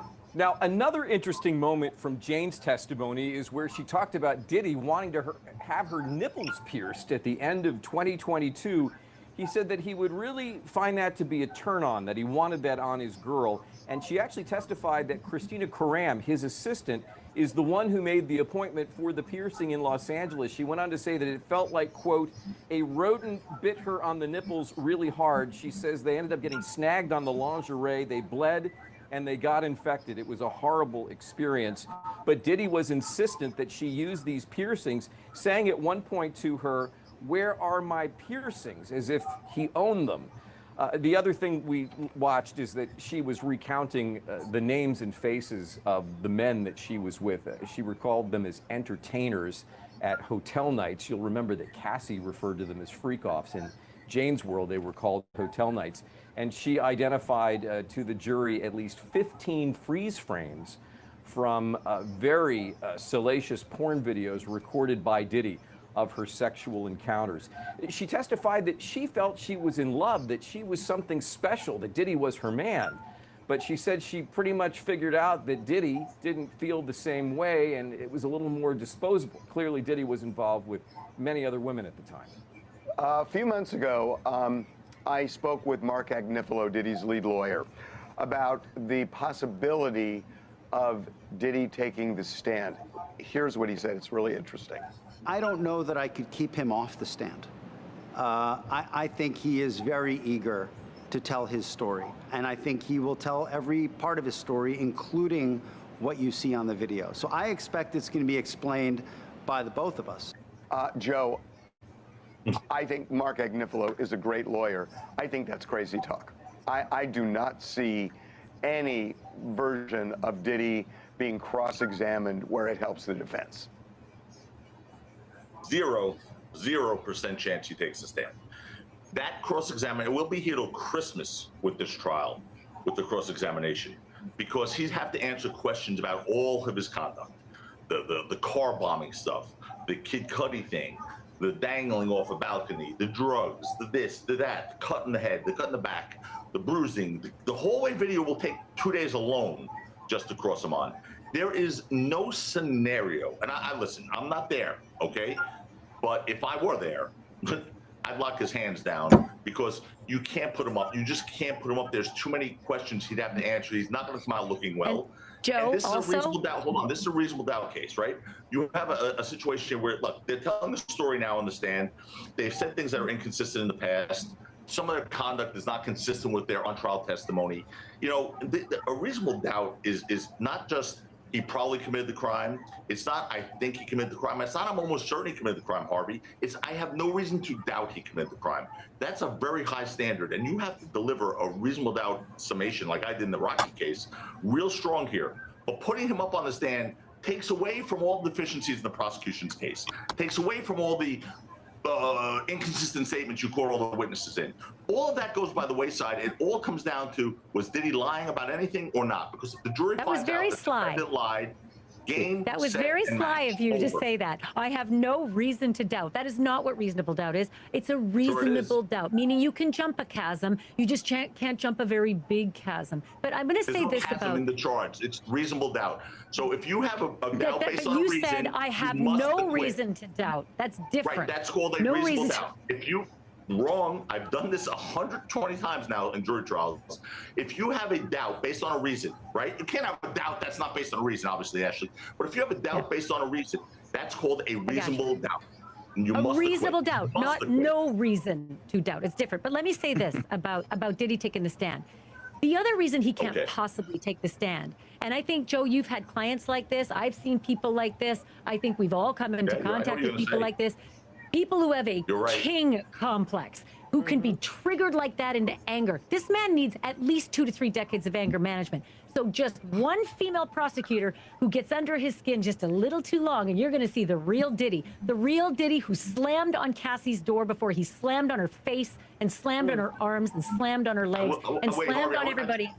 Allegedly. Ashley, you're right Can I about, ask you guys this, you're though? right about If the you king don't complex. take the Hold on stand- one second, Roman. Okay. You're right about the king complex, about his personality being so strong. I will tell you this, and because I did spend time with him.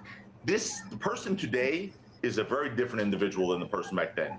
Back then, and I think this is going to be a big part of the defense case, he was so jerked up on every drug possible. He was always out of his mind. He's a little bit of a different human being today, I will tell you that. And it doesn't clear up or it doesn't forgive what he did. I'm not trying to say that.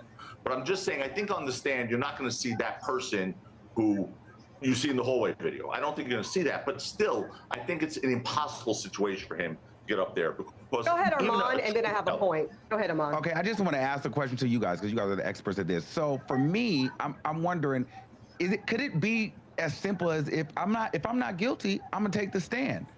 If I'm fighting for my life, why not take the stand? Because not taking the stand in the eyes, it could be like, all right, you are guilty. You're just hoping that the juries don't see that, right? No, it doesn't work But that way. Joe, let me get in here for 1 second, Joe. 1 second. Here's the thing. I don't think that amongst us in this conversation, there's much debate about the lack of wisdom of Sean Combs getting on that stand. I think we more or less agree. But here's what we also know for sure, ladies and gentlemen. It ain't up to a single damn one of those defense lawyers. It is up to who? Sean Combs himself. And I think Ashley makes a fantastic point when she brings up the king complex. Not only is he a trigger hair away from exploding on the stand, I think to Armand's point, I could see him, even in a more sober mind, Joe, feeling, I'm 55 years old and a billionaire because I'm a great storyteller. I've been able to tell my people as Black community members, I've been able to tell a global society that I am a connoisseur of all things wonderful, luxurious, and fabulous. And if I could sell and build $1 billion brand on narrative, let me take my ass on that stand and tell my story, tell the story of my life. And I think that could be the ideology of Sean Combs. It brings me back to O.J. Simpson. That O.J. Simpson, hours after he flew back to Los Angeles, was advised, do not talk to the police. O.J. Simpson, who has got away with a lot in his life before that, figured he could talk his way out. and he went to the police station and he sat down with the 2 lead detectives because he wanted to, and he believed he could do it. And I think Diddy is cut from the same cloth. I really do, You're going to have guys. 7 lawyers, though, Harvey. 7 lawyers are going to be looking at him saying, you are going to kill yourself. You're crazy. It's a suicide mission. You're in good shape. I hope he doesn't. Right now. But the arrogance is going to get him on that stand. Don't screw it up. Now, you're right, guys. but they If anyone can't handcuff put some him. money on this, They give me a can't call. handcuff him. You can, but he's not testifying. He doesn't want to put himself in jail for the rest of his life either. Okay, we are closing in on the end of the prosecution's case. It will still go another week, but it is going to be really interesting to see how the defense takes what has been presented already to turn things around. They say they have 2 weeks. So this is judgment time. We will see. Guys, we will see you next week. Thank you. All right, we are going to wrap things up with United States versus Diddy. I am so glad that my sippers were able to get up with me this morning. Brian tailed.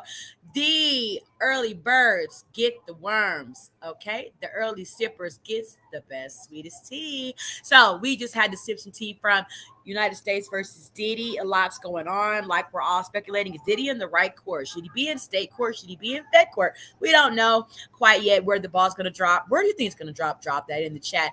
Thank you, sippers. I'm going to come right back up with another live on the Los Angeles riots and what that looks like for LA today. Thanks for joining Tanisha Talks Teas. I'll see you guys in a minute. Bye, sippers. Thanks for watching. Remember to show your support by liking, subscribing, and sharing. It's a blessing. Keep your teacups filled and ready for my next upload. Until then, stay inspired and remember, always stay sipping.